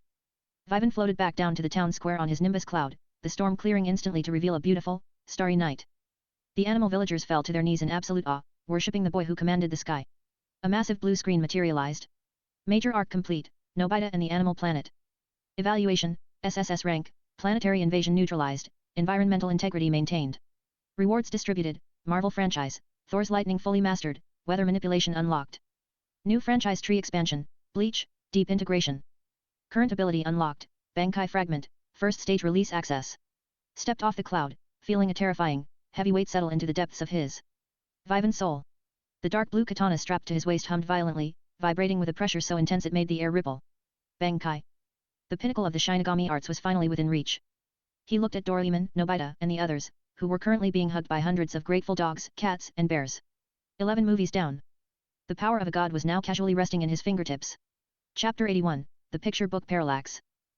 The return to Tokyo brought a strange, heavy quiet. Vivan spent his days sitting on the roof, entirely focused inward. The Bankai fragment was a chaotic, violent mass of spiritual pressure nested within his soul. It wasn't fully formed, it was a conceptual storm that needed a massive anchor to materialize. He needed a battle that pushed him to the brink, not just physically, but spiritually. His wait ended in the middle of a mundane summer afternoon. Vivan. Look at these shoes. Nobita cheered, running into the yard wearing a pair of bizarre, red and white sneakers. The picture book entry shoes, Doraemon sighed, walking out with an armful of classic fairy tale books. You put them on, jump onto a picture book, and you enter the story's world. But Nobita keeps messing up the plots. Vivan hopped down from the roof. He watched as Nobita enthusiastically jumped onto a copy of Pinocchio, only to get immediately chased back out by an angry woodcarver. It's just harmless fun, Shizuka smiled, picking up a beautifully bound, antique copy of the Arabian Nights. She slipped on a pair of the shoes. I want to see the golden palaces of Baghdad. She jumped onto the book, vanishing in a flash of light. Be careful, Shizuka. Doraemon called out. Don't stay too long, or the plot might pull you in permanently. An hour passed. Vivan was casually reading a manga when Nobita's mother stormed into the yard. Nobita. I told you to clean up these books. And this old Arabian Nights book is completely ruined, the pages are stuck together. Before Nobita could stop her, his mother grabbed the antique book and tossed it straight into the burning incinerator bin in the corner of the yard. And LT critical alert, and GT the Great Sage violently interrupted Vivan's thoughts. And LT the dimensional anchor holding the target Shizuka has been incinerated. Her coordinates have been forcibly shifted into real-world temporal space. She is now trapped in the actual 8th century Middle East. And GT. Vivan dropped his manga. The blue system screen shattered his vision. Major arc initiated, Nobita's Doraemon Nights status, hostage situation / temporal displacement. Objective, travel to 8th century Baghdad, infiltrate the legendary Thieves Guild, and rescue Shizuka from the slaver Qasim. Rewards, Bleach franchise, Bankai fragment, progression to full release. Doraemon, Vivan said, his voice terrifyingly calm as he looked at the burning book. Get the time machine. Now. Chapter 82, The Desert of Despair. The time machine dropped them into the blistering, unforgiving heat of the 8th century Arabian desert. The sun beat down like a hammer, the sand stretching endlessly in every direction. Shizuka. Shizuka, where are you? Nobita screamed, running blindly into the dunes until he collapsed from exhaustion. My tracking gadgets aren't working. Doraemon panicked, tapping a broken compass. The magical residue from this era is interfering with the 22nd century tech. Vivan stepped off the time machine platform. He didn't sweat, his Atlantean physiology rendering the extreme heat entirely irrelevant. He closed his eyes, casting his observation haki as wide as he could, pushing it past the dunes, past the mirages, searching for Shizuka's familiar, gentle life force. I can't feel her, Vivan muttered, opening his eyes. His haki range was massive, but the desert was simply too vast. We need a guide, Gian grunted, shielding his eyes. Or transport. We can't walk across this. And LT suggestion, and GT the Great Sage offered. And LT utilized the Nimbus cloud for aerial reconnaissance. And GT. No, Vivan said. A yellow flying cloud will attract too much attention in this era. We need to blend in until we find the city. Doraemon pulled out the Arabian Nights costumes, instantly outfitting the group in traditional desert garb. They began to trek. Hours turned into a grueling march. Nobita and Sunio were practically hallucinating from the heat when a massive, chaotic cloud of dust appeared on the horizon. 40 men riding heavily armored horses crested the dune, their faces wrapped in dark scarves, wielding curved scimitars that glinted maliciously in the sun. Bandits! Sunio shrieked, hiding behind Gian. The leader, a massive, scarred man with cold, ruthless eyes, pulled his horse to a halt. It was Qasim, the legendary king of thieves. Well, Qasim sneered, looking down at the strange group of children. You look lost, little ones. And you carry strange, metal toys. Strip them, bind them, and sell them to the salt mines. The bandits drew their swords, spurring their horses forward to trample the kids. Vivan sighed, adjusting the hood of his cloak. I don't have time for a desert toll booth. Chapter 83, The Mirage of Power. Kill the tall one first, a bandit yelled, swinging his scimitar directly at Vivan's neck. Vivan didn't dodge. He simply raised his left forearm. Clang. The heavy steel scimitar struck Vivan's arm, but instead of cutting through flesh, the blade shattered into 3 pieces upon impact with his Atlantean bone density. The bandit stared at his broken hilt in absolute disbelief. My turn, Vivan said. He didn't use haki. He didn't use ki. He just used raw, physical speed. He grabbed the bandit by the tunic and hurled him 50 feet through the air, sending him crashing into 3 other riders and knocking them all off their horses. Qasim's eyes narrowed. What kind of demon is this boy? Circle him. Use the nets. The bandits threw heavy, weighted nets over Vivan, attempting to entangle him. Vivan closed his eyes. The sky above the desert suddenly darkened. The blistering sun was blotted out by a rapidly forming, violent thunderstorm. Crackling blue-white electricity danced across Vivan's skin. Let me show you a real desert storm, Vivan whispered. He unleashed a fraction of Thor's lightning. A massive, blinding shockwave of electricity exploded outward from his body. It didn't kill the bandits. Vivan kept the voltage low enough to be non-lethal, but it instantly vaporized the nets, shocked the horses into bucking their riders, and sent 30 armed men flying backward into the sand, completely paralyzed. Qasim, thrown from his horse, scrambled backward, his arrogance replaced by pure terror. A Jinn. He's a Jinn of the storm. Vivan walked slowly toward the Thief King, the sand turning to glass beneath his electrified boots. He grabbed Qasim by the collar, lifting the massive man off the ground with one hand. I'm looking for a girl, Vivan said, his eyes glowing faintly red with heat vision. About this tall, black hair, wearing strange clothes. Where is she? The slaver Abil took her. Qasim choked out, terrified by the glowing red eyes. He took a caravan toward the Golden Palace of Baghdad this morning. Please, spare me. Vivan dropped him. He turned back to the gang. We have a destination. Let's go. Chapter 84, The Golden City. Baghdad was a marvel of ancient engineering, a sprawling metropolis of golden domes, bustling bazaars, and winding alleys. But to Vivan, it was just a massive haystack, and Shizuka was the needle. We have to split up and ask around. Doraemon said, pulling out the translation jelly so they could speak Arabic. Vivan didn't bother. He walked into the center of the Grand Bazaar, ignoring the merchants trying to sell him silk and spices. He closed his eyes and unleashed his observation haki to its absolute maximum limit, covering the entire city in a localized, invisible radar net. He filtered out the thousands of unique life forces, searching specifically for the gentle, familiar hum of Shizuka's presence. And LT notice, and GT the Great Sage assisted, actively processing the massive influx of sensory data. And LT target located. Depth, 40 feet below the Grand Caliph's palace. She is being held in an underground slave-holding cell. And GT Vivan's eyes snapped open. Found her. He didn't explain to the others. He pointed a finger at Gian and Doraemon. Stay here. Don't cause a scene. Pop. Using instant transmission, Vivan vanished from the crowded bazaar, reappearing in the damp, dark, torch-lit dungeons beneath the palace. He stood in a long corridor lined with heavy iron cages. In the farthest cell, huddled in the corner, was Shizuka. She was crying softly, her clothes dirty. Shizuka, Vivan said softly. She looked up, her eyes widening. Vivan. How did you? Before she could finish, the heavy iron door at the end of the hall slammed open. Standing there was a towering, heavily muscled executioner wielding a massive scimitar, flanked by a dozen royal guards. And behind them stood a figure draped in dark purple robes, radiating an incredibly foul, magical aura. The Grand Vizier, a dark sorcerer manipulating the Caliph from the shadows. An intruder in the royal dungeons, the Vizier sneered, his hands glowing with dark green magic. Kill the boy, and throw his body to the crocodiles. Chapter 85, Unlocking the Bankai. The executioner charged, swinging his massive blade in a wide, lethal arc aimed at Vivan's waist. Vivan didn't move to dodge. He didn't summon his Logia intangibility. He stood perfectly still in front of Shizuka's cage. He reached to his waist, his hand gripping the hilt of his dark blue katana. The Bankai fragment inside his soul was screaming. It didn't just want to fight, it wanted to dominate. It wanted to execute. You're in my way, Vivan whispered. He didn't draw the blade fully. He pushed the tsuba up with his thumb, exposing just an inch of the silver steel. A terrifying, crushing wave of dark spiritual pressure Ryoko exploded through the dungeon. The torches instantly snuffed out. The heavy iron bars of the cages groaned and bent outward. The executioner froze mid-swing, his eyes rolling back in his head as the sheer weight of Vivan's spiritual presence crushed his consciousness. He collapsed to the stone floor, foaming at the mouth. The royal guards fell to their knees, gasping for air, unable to lift their weapons. The Vizier stumbled backward, his dark magic flickering and dying under the absolute suppression of Vivan's aura. What kind of monster are you? This isn't magic. This is the pressure of the underworld. Vivan drew the katana fully. The blade immediately morphed into the massive, dual-bladed sides connected by a black chain kashinai. But it didn't stop there. And LT Bankai integration at 100%, and GT the Great Sage announced calmly. And LT authorization granted. And GT. Vivan held the twin scythes out to his sides. He closed his eyes, the dark wind whipping through the dungeon, tearing the stone blocks from the walls. Bankai. The black chains violently erupted, multiplying infinitely, shooting into the ceiling and the floor, wrapping the entire dungeon in a cocoon of razor-sharp spiritual iron. The scythes in Vivan's hands dissolved, replacing themselves with massive, jagged blades attached directly to his forearms, while a dark, ethereal cowl formed over his head, leaving only his glowing golden eyes visible. Fushi no KJY, undying hangman's noose.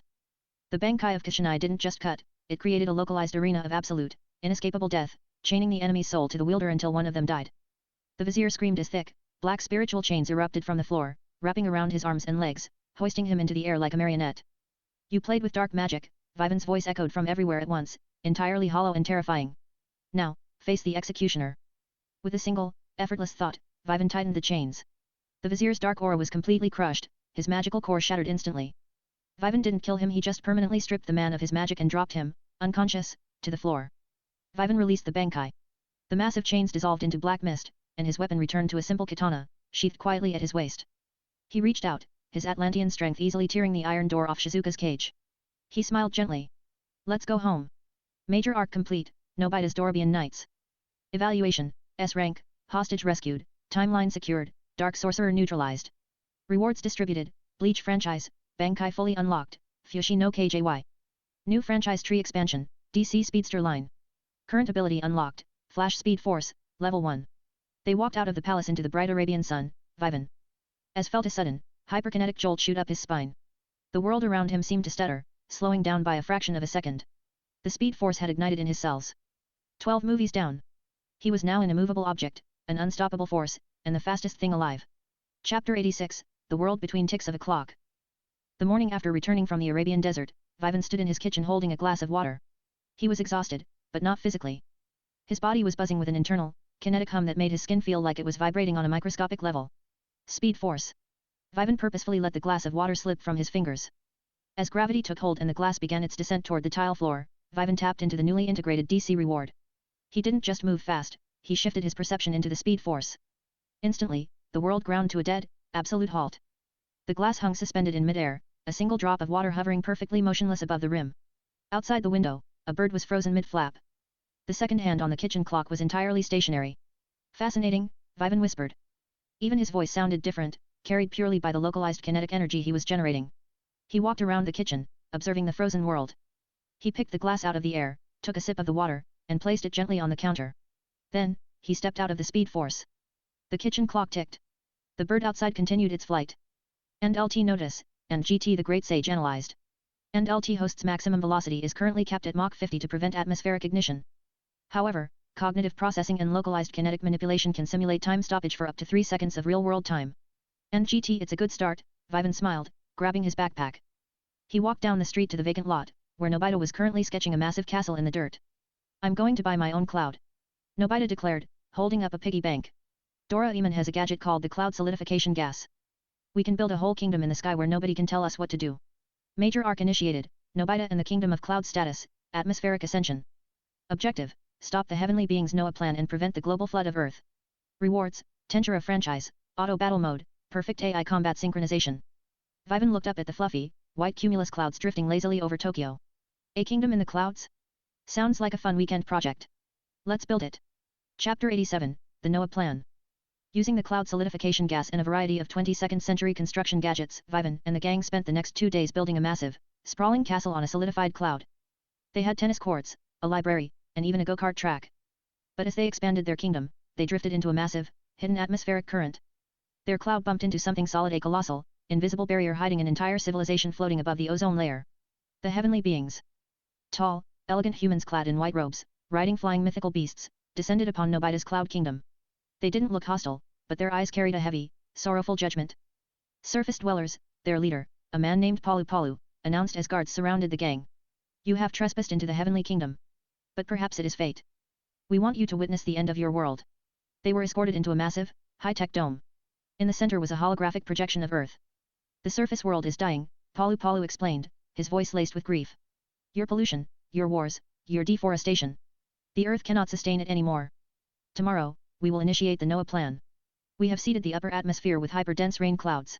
We will flood the entire surface world, washing away humanity to let the planet heal. You're going to drown everyone. Nobita screamed, bursting into tears. My mom. My dad. Everyone.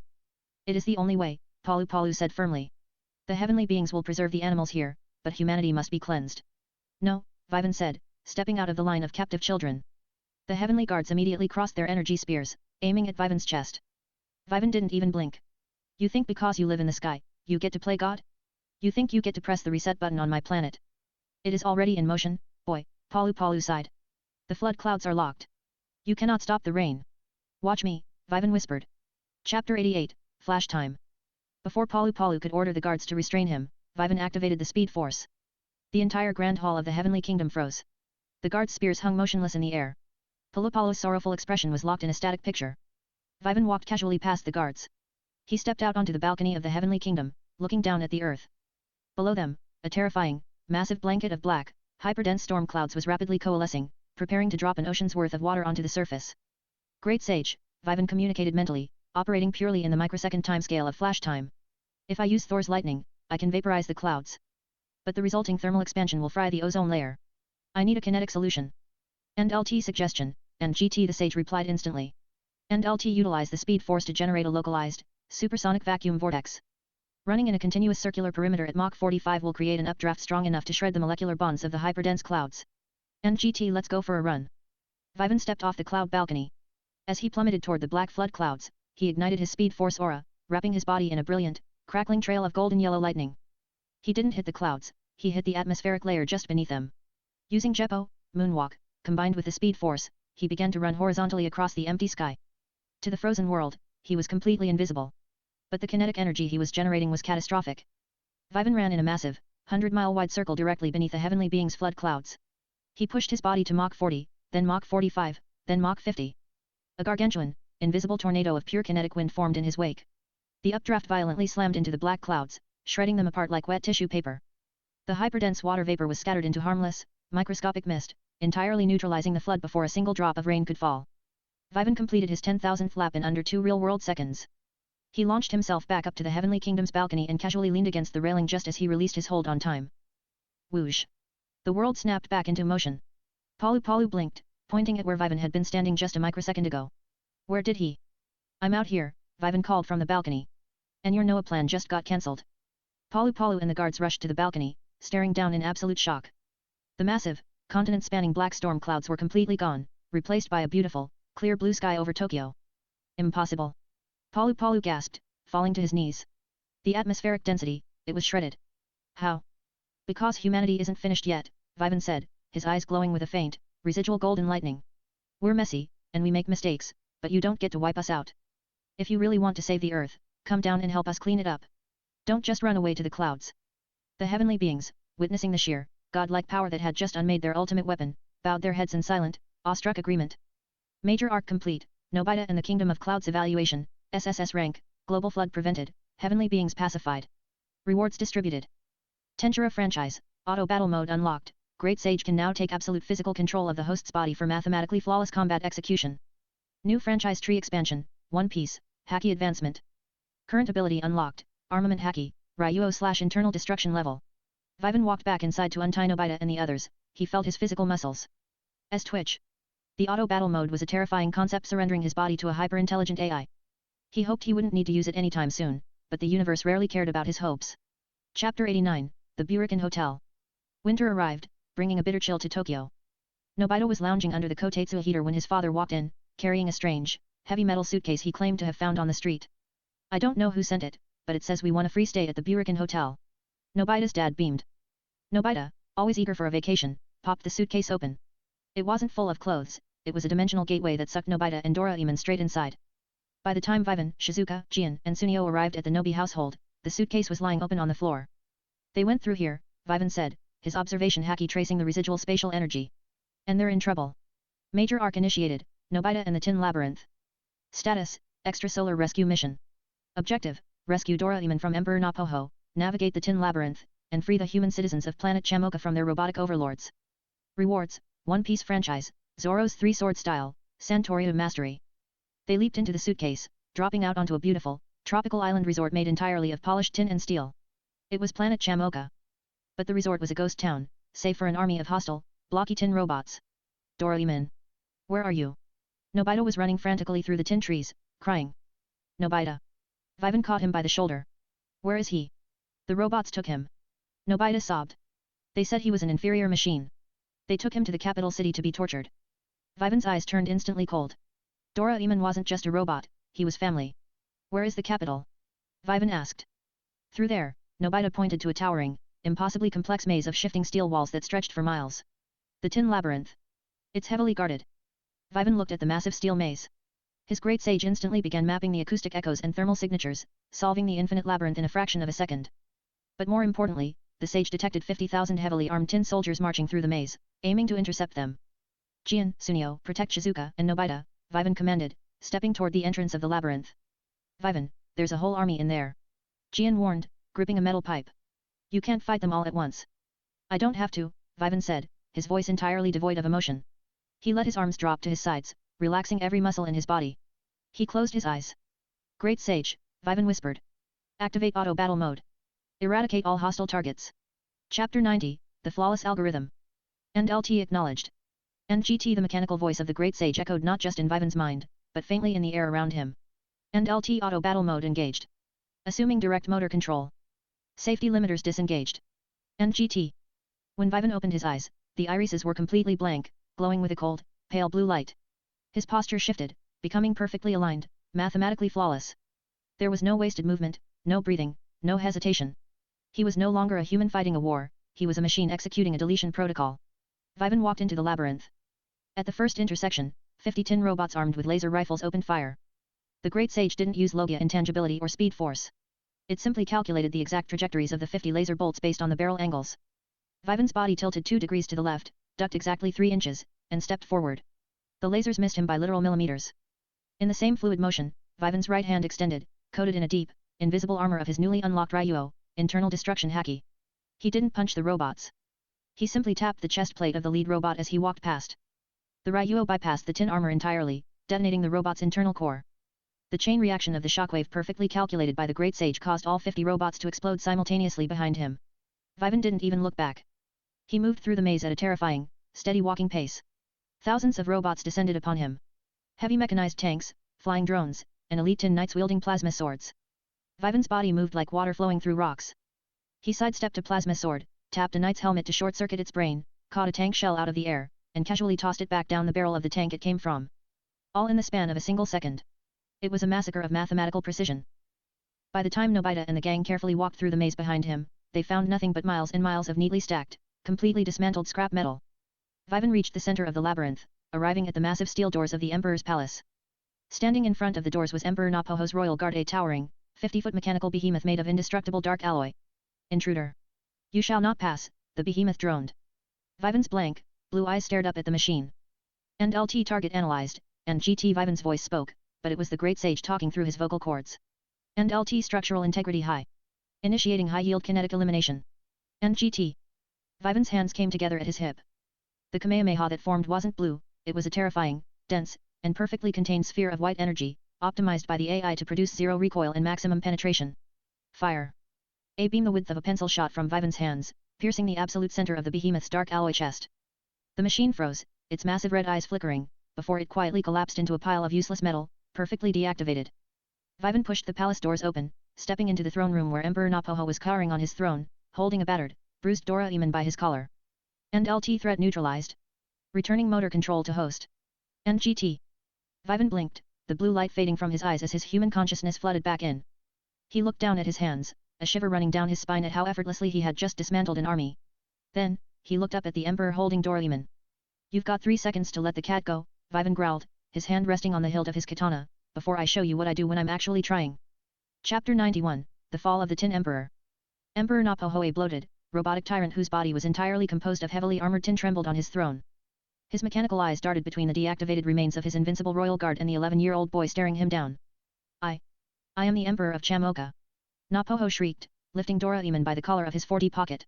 Take one more step, and I will crush this obsolete feline's processing unit. Doraemon looked battered, his blue paint scuffed, but he managed a weak smile. Vivan, don't worry about me. Just stop him. Vivan didn't take a step. He didn't need to. Pop. Using instant transmission, Vivan vanished and reappeared directly behind the throne. Before Napoho's optical sensors could even register the spatial shift, Vivan reached out and gently laid his hand on the Emperor's bulky, tin-plated shoulder. You missed the countdown, Vivan whispered. He channeled a precise, highly concentrated burst of Ryuo, internal destruction haki, into his palm.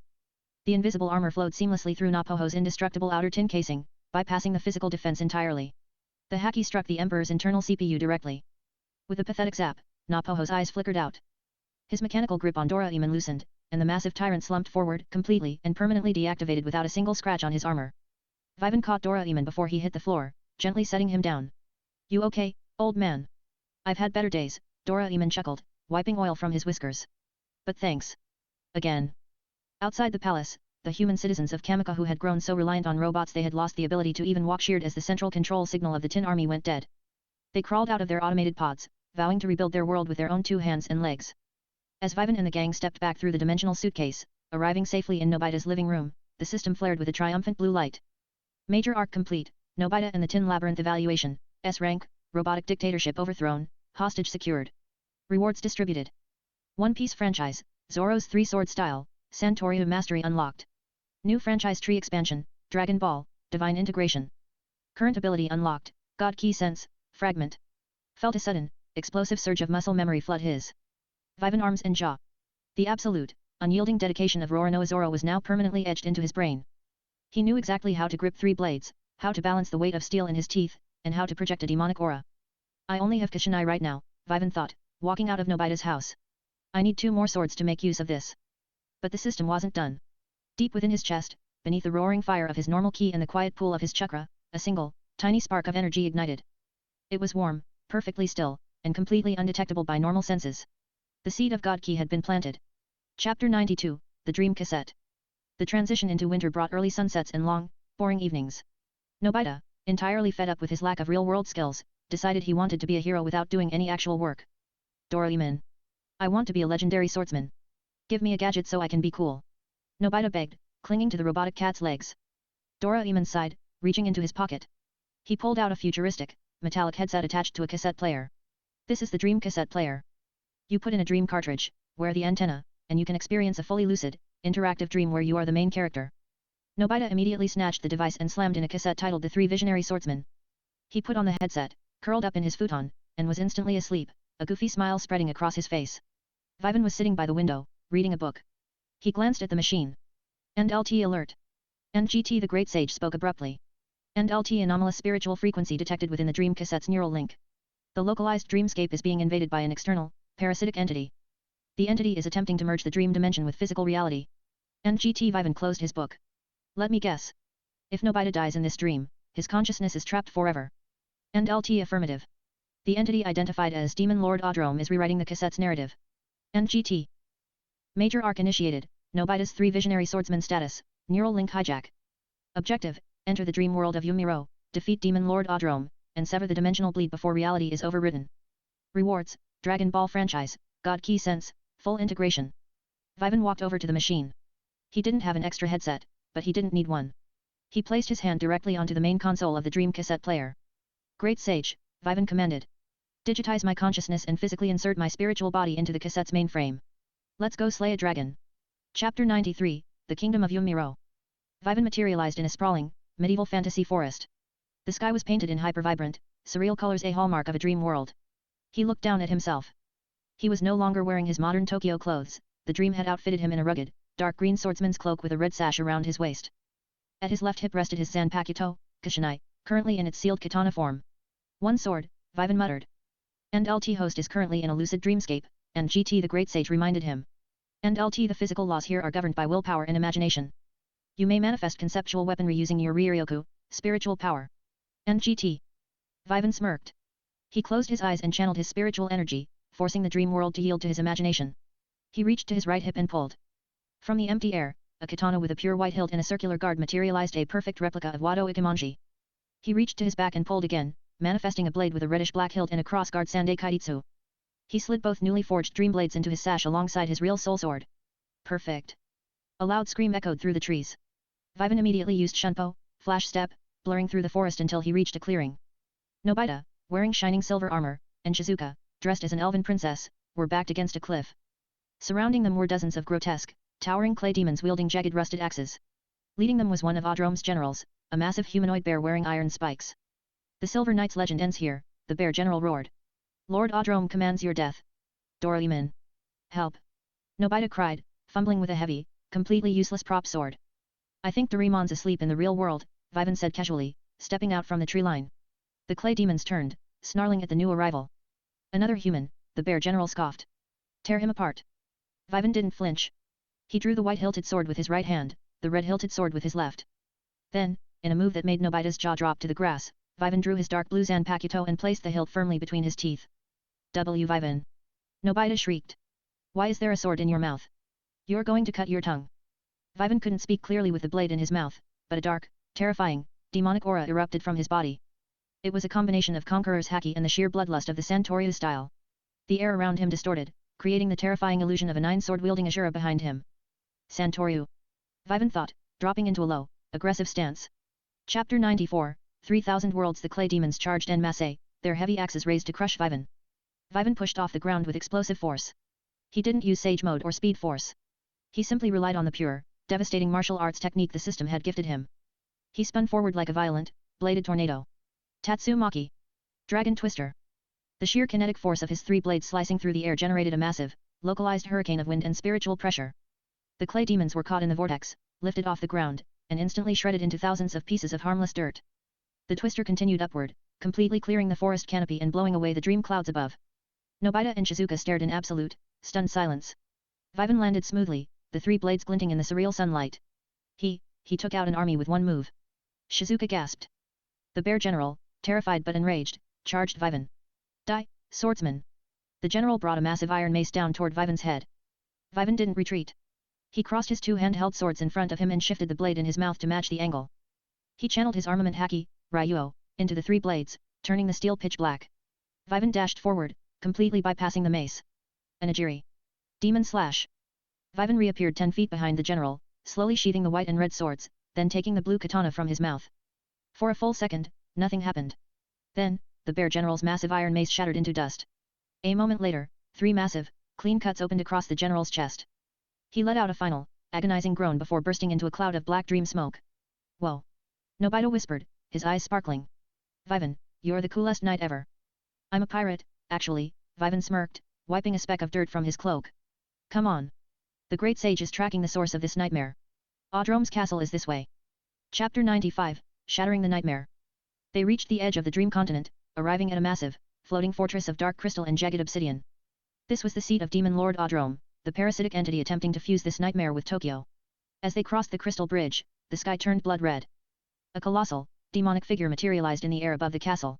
Audrome looked like a traditional dark lord, draped in shadows, with glowing red eyes and a massive, cursed broadsword. Fools! Audrome's voice echoed like thunder across the dreamscape. You dare enter my sanctum? In this world, I am God. I control the fabric of this reality. I will kill you here, and your bodies in the waking world will rot.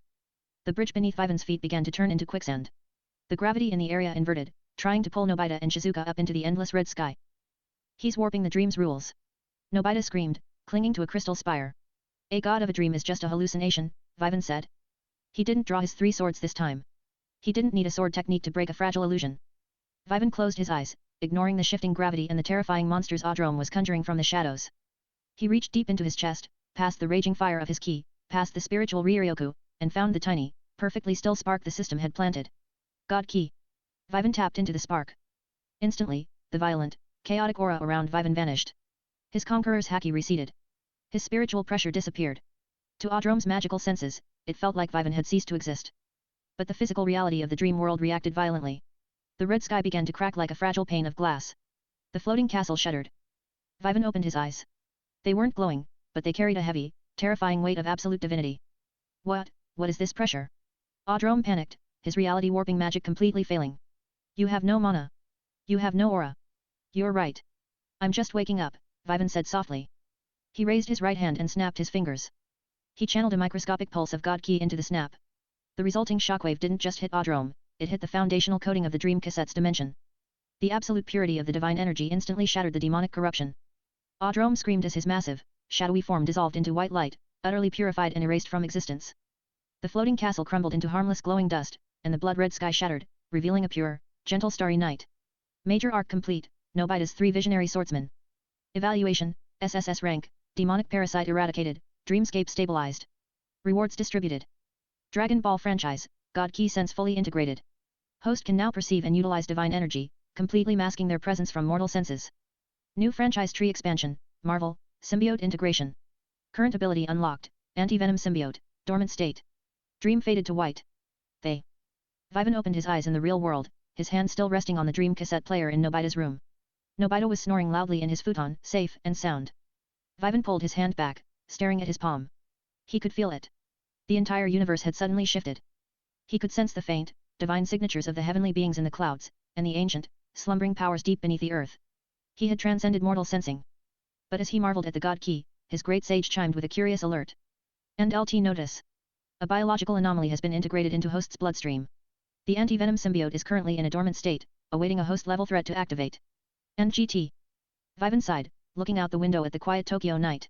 God Ki and an alien symbiote on the same day. This system really doesn't want me to have a normal childhood. Chapter 96, The Sandbox of Creation. Spring had finally arrived, and Nobita was, as usual, completely overwhelmed by his homework. Specifically, a massive summer vacation research project that he hadn't even started. Doraemon. Please. I need something amazing for my project, or sensei is going to fail me. Nobita wailed, rolling on the tatami mat. Doraemon looked up from his dorayaki, exasperated. He reached into his 4D pocket and pulled out a massive, glass terrarium and several tubes of glowing liquid. This is the Genesis set, Doraemon explained, setting it up in the center of the room. You can create a miniature Earth, seed it with life, and watch a brand new world evolve. It's the perfect science project. Vivan walked into the room, leaning against the door frame. His great sage instantly analyzed the gadget. NLT analysis. The Genesis set utilizes high-level conceptual reality warping to compress time and matter into a localized bubble. It is effectively a functioning parallel universe in a box. NGT. A universe in a box, Vivan mused, walking over. Careful, Nobita. If you play God, you have to be ready to deal with the consequences. Nobita didn't listen. He eagerly poured the earth dust and water essence into the terrarium. He adjusted the dials, accelerating time. Mountains formed, oceans filled, and microscopic life blossomed. Within an hour, they were watching tiny, primitive humans hunting miniature mammoths. But as the days passed and the miniature Earth evolved, Vivan's newly unlocked God key sense picked up a disturbing anomaly within the glass box. Doraemon, Vivan said, pointing at a small, dark continent on the miniature globe. Zoom in on that. Doraemon adjusted the microscopic viewer. The screen flashed, revealing a terrifying sight. Beneath the crust of the miniature Earth, a highly advanced civilization of intelligent, bipedal insects was building a massive, subterranean armada. They evolved faster than the humans. Doraemon gasped. Major arc initiated, Nobita's diary on the creation of the world status, parallel evolution crisis. Objective, enter the miniature Earth, mediate the conflict between the humans and the insectoid empire, and prevent the destruction of the new world. Rewards, Dragon Ball franchise, God Key Sense, upgraded to God Key utilization. They aren't just evolving, Vivan said, his eyes narrowing as he read the system prompt. They're planning to surface and wipe out the humans. We need to go in. Chapter 97, The Insectoid Threat. Using the Gulliver Tunnel combined with a spatial teleporter, Vivan, Nobita, Doraemon, Gian, Shizuka, and Sunio shrank down and beamed directly onto the surface of the miniature Earth. They arrived in a dense, primeval forest near a primitive human settlement. The sky was identical to Earth's, but the air felt heavier, thicker. We need to warn the humans. Nobita said, adjusting his glasses. Before they could take a step, the ground violently erupted. A massive, metallic drill burst through the dirt, followed by dozens of towering, heavily armored insect soldiers. They wielded sleek, biological laser weapons that hummed with volatile energy. Mammals detected, the lead insectoid clicked, its mandibles twitching. Commencing eradication. The insectoids raised their weapons, preparing to massacre the gang. Vivan sighed. He didn't want to use massive destructive force here, he was standing on a fragile, miniature planet. If he unleashed a Kamehameha or Thor's lightning, he could accidentally shatter the entire terrarium from the inside out. He needed a precise, biological solution. NLT suggestion, and GT the Great Sage offered. NLT the hostile entities are heavily armored and utilize biological energy weapons. This is an optimal scenario to test the dormant Marvel integration. NGT. The symbiote. Vivan thought. Let's see what it can do. Vivan stepped forward. Hold your fire, bugs. I'm not a mammal you want to mess with. The lead insectoid fired a green biological laser directly at Vivan's chest. Vivan didn't dodge. The moment the laser made contact with his shirt, a startling, pure white biological mass violently erupted from his pores. It moved with terrifying speed, instantly covering Vivan's entire body in a sleek, muscular white suit with jagged black spider-like symbols and glowing, menacing white eyes. The anti-venom symbiote had awakened. Chapter 98, The White Cleanser. The biological laser struck the white symbiote armor and instantly fizzled out, absorbed entirely by the alien mass. What is that? Sunio shrieked, backing away from Vivan's terrifying new form. Target mutated. Recalculating, the insectoids clicked in unison. Vivan rolled his shoulders. The symbiote felt incredible. It wasn't just armor, it was an extension of his own nervous system, amplifying his already godlike strength and speed while granting him complete biological fluidity. And unlike the original Venom, anti-venom had no consciousness to fight him, nor did it possess weaknesses to fire or sound. It was pure, cleansing power. Let me show you a real evolution, Vivan's voice echoed, distorted and monstrous through the symbiote mask. Vivan shot forward, utilizing Shunpo, flash step. To the insectoids, he disappeared. Vivan reappeared in the center of the squad, his arms violently shifting and extending into massive, razor-sharp white blades. He didn't slice them, the anti-venom symbiote possessed a unique property: it cured biological anomalies. Vivan stabbed his bladed arms directly into the heavily mutated, aggressive biological weapons of the insectoids. The white symbiote mass flooded into the weapons. The insectoids screeched as their volatile biological energy was instantly purged and neutralized by anti-venom's cleansing properties. Their weapons melted into harmless, inert sludge.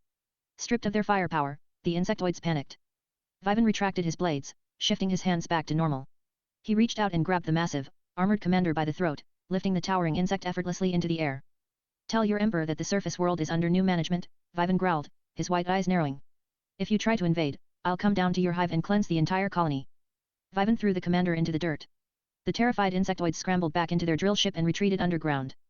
The white symbiote retracted, melting seamlessly back into Vivan's bloodstream until he was standing in his normal clothes again. Nobita and the gang stared at him in absolute awe. Vivan, you're like a superhero from a comic book. Nobita cheered. Chapter 99, The Subterranean Peace. Vivan knew intimidation wouldn't last forever. The insectoids were highly intelligent, they would regroup and return with larger weapons. The system didn't just want him to punch bugs, it wanted him to mediate the crisis. Using DORAEMON'S gadgets, Vivan descended alone into the subterranean empire of the insectoids. He walked into the grand throne room of the Insect Emperor. Millions of soldiers aimed their weapons at him, but Vivan simply tapped into his newly acquired God Ki sense. He projected a faint, absolutely pure aura of divine energy. It wasn't an aggressive conqueror's haki, it was a serene, overwhelming presence of a higher being. The insectoids, deeply attuned to the natural energy of the miniature Earth, immediately lowered their weapons, instinctively recognizing the divine authority in the room. The Emperor, a massive, ancient mantis-like being, bowed his head. You are not a mammal, you are a force of the cosmos. Why do you protect the fragile ones on the surface? Because this world is big enough for both of you, Vivan said calmly. The surface belongs to them. The underground belongs to you. If you start a war, both species will burn. I will ensure they never dig too deep, and you will ensure your armies never breach the surface. The Emperor, feeling the absolute truth in Vivan's divine aura, agreed to the treaty. The parallel evolution crisis was averted through divine diplomacy. Major arc complete, Nobita's diary on the creation of the world evaluation, SSS rank, global conflict prevented, divine mediation successful. Rewards distributed. Dragon Ball franchise, God Ki utilization unlocked, host can now actively channel divine energy to mask presence, increase physical parameters beyond mortal limits, and bypass mortal defenses. New franchise tree expansion, Marvel, symbiote advancement. Current ability unlocked, anti-venom symbiote, full arsenal and healing factor. Return to the surface, the blue system screen reflecting in his eyes. He felt a deep, Vivan resonant hum in his core. His normal ki had completely transformed. If he focused, he could suppress his energy entirely, becoming completely undetectable even to the most advanced radar or spiritual sensing. He had crossed the threshold from mortal to divine. And within his blood, the white symbiote pulsed, ready to heal any wound or cleanse any poison. Chapter 100, The Galactic Express. Summer arrived, and with it, a strange ticket arrived in Nobita's mailbox. The Galactic Super Express. Doraemon cheered, holding up a sleek, glowing train ticket. It's the ultimate space vacation. We get to ride a luxury, faster-than-light train across the galaxy to a massive space amusement park. Nobita, Gian, Sunio, and Shizuka were ecstatic. They packed their bags and headed to the hidden dimensional station in the hills outside Tokyo. Vivan tagged along, his great sage skill quietly analyzing the train as it pulled into the station. It looked like an old-fashioned steam locomotive, but it was heavily modified with 22nd century hyperdrive technology. They boarded the train, settling into luxury cabins as the locomotive launched into the starry expanse of space. This is amazing. Nobita laughed, looking out the window at passing nebulas. But Vivan wasn't looking at the stars. His God Ki sense picked up a faint, incredibly malicious biological signature hitching a ride on the exterior hull of the train. It felt like a plague. NLT warning, and GT the Great Sage announced. NLT a highly contagious, parasitic alien entity known as the Adora has breached the train's outer hull. The entity is attempting to infect the crew and passengers to hijack the locomotive. NGT Major Arc initiated, Nobita and the Galaxy Super Express status, biological hijack. Objective, purge the Adora parasite from the train, protect the passengers, and secure the amusement park planet. Rewards, Marvel franchise, anti-venom symbiote, perfect fusion. Vivan stood up from his luxury seat. I'm going to take a walk. Vivan, where are you going? The dining car isn't open yet. Doraemon called out. I need to squash a bug, Vivan muttered, his skin already rippling as the white anti-venom symbiote began to surge beneath the surface, hungering for a hunt.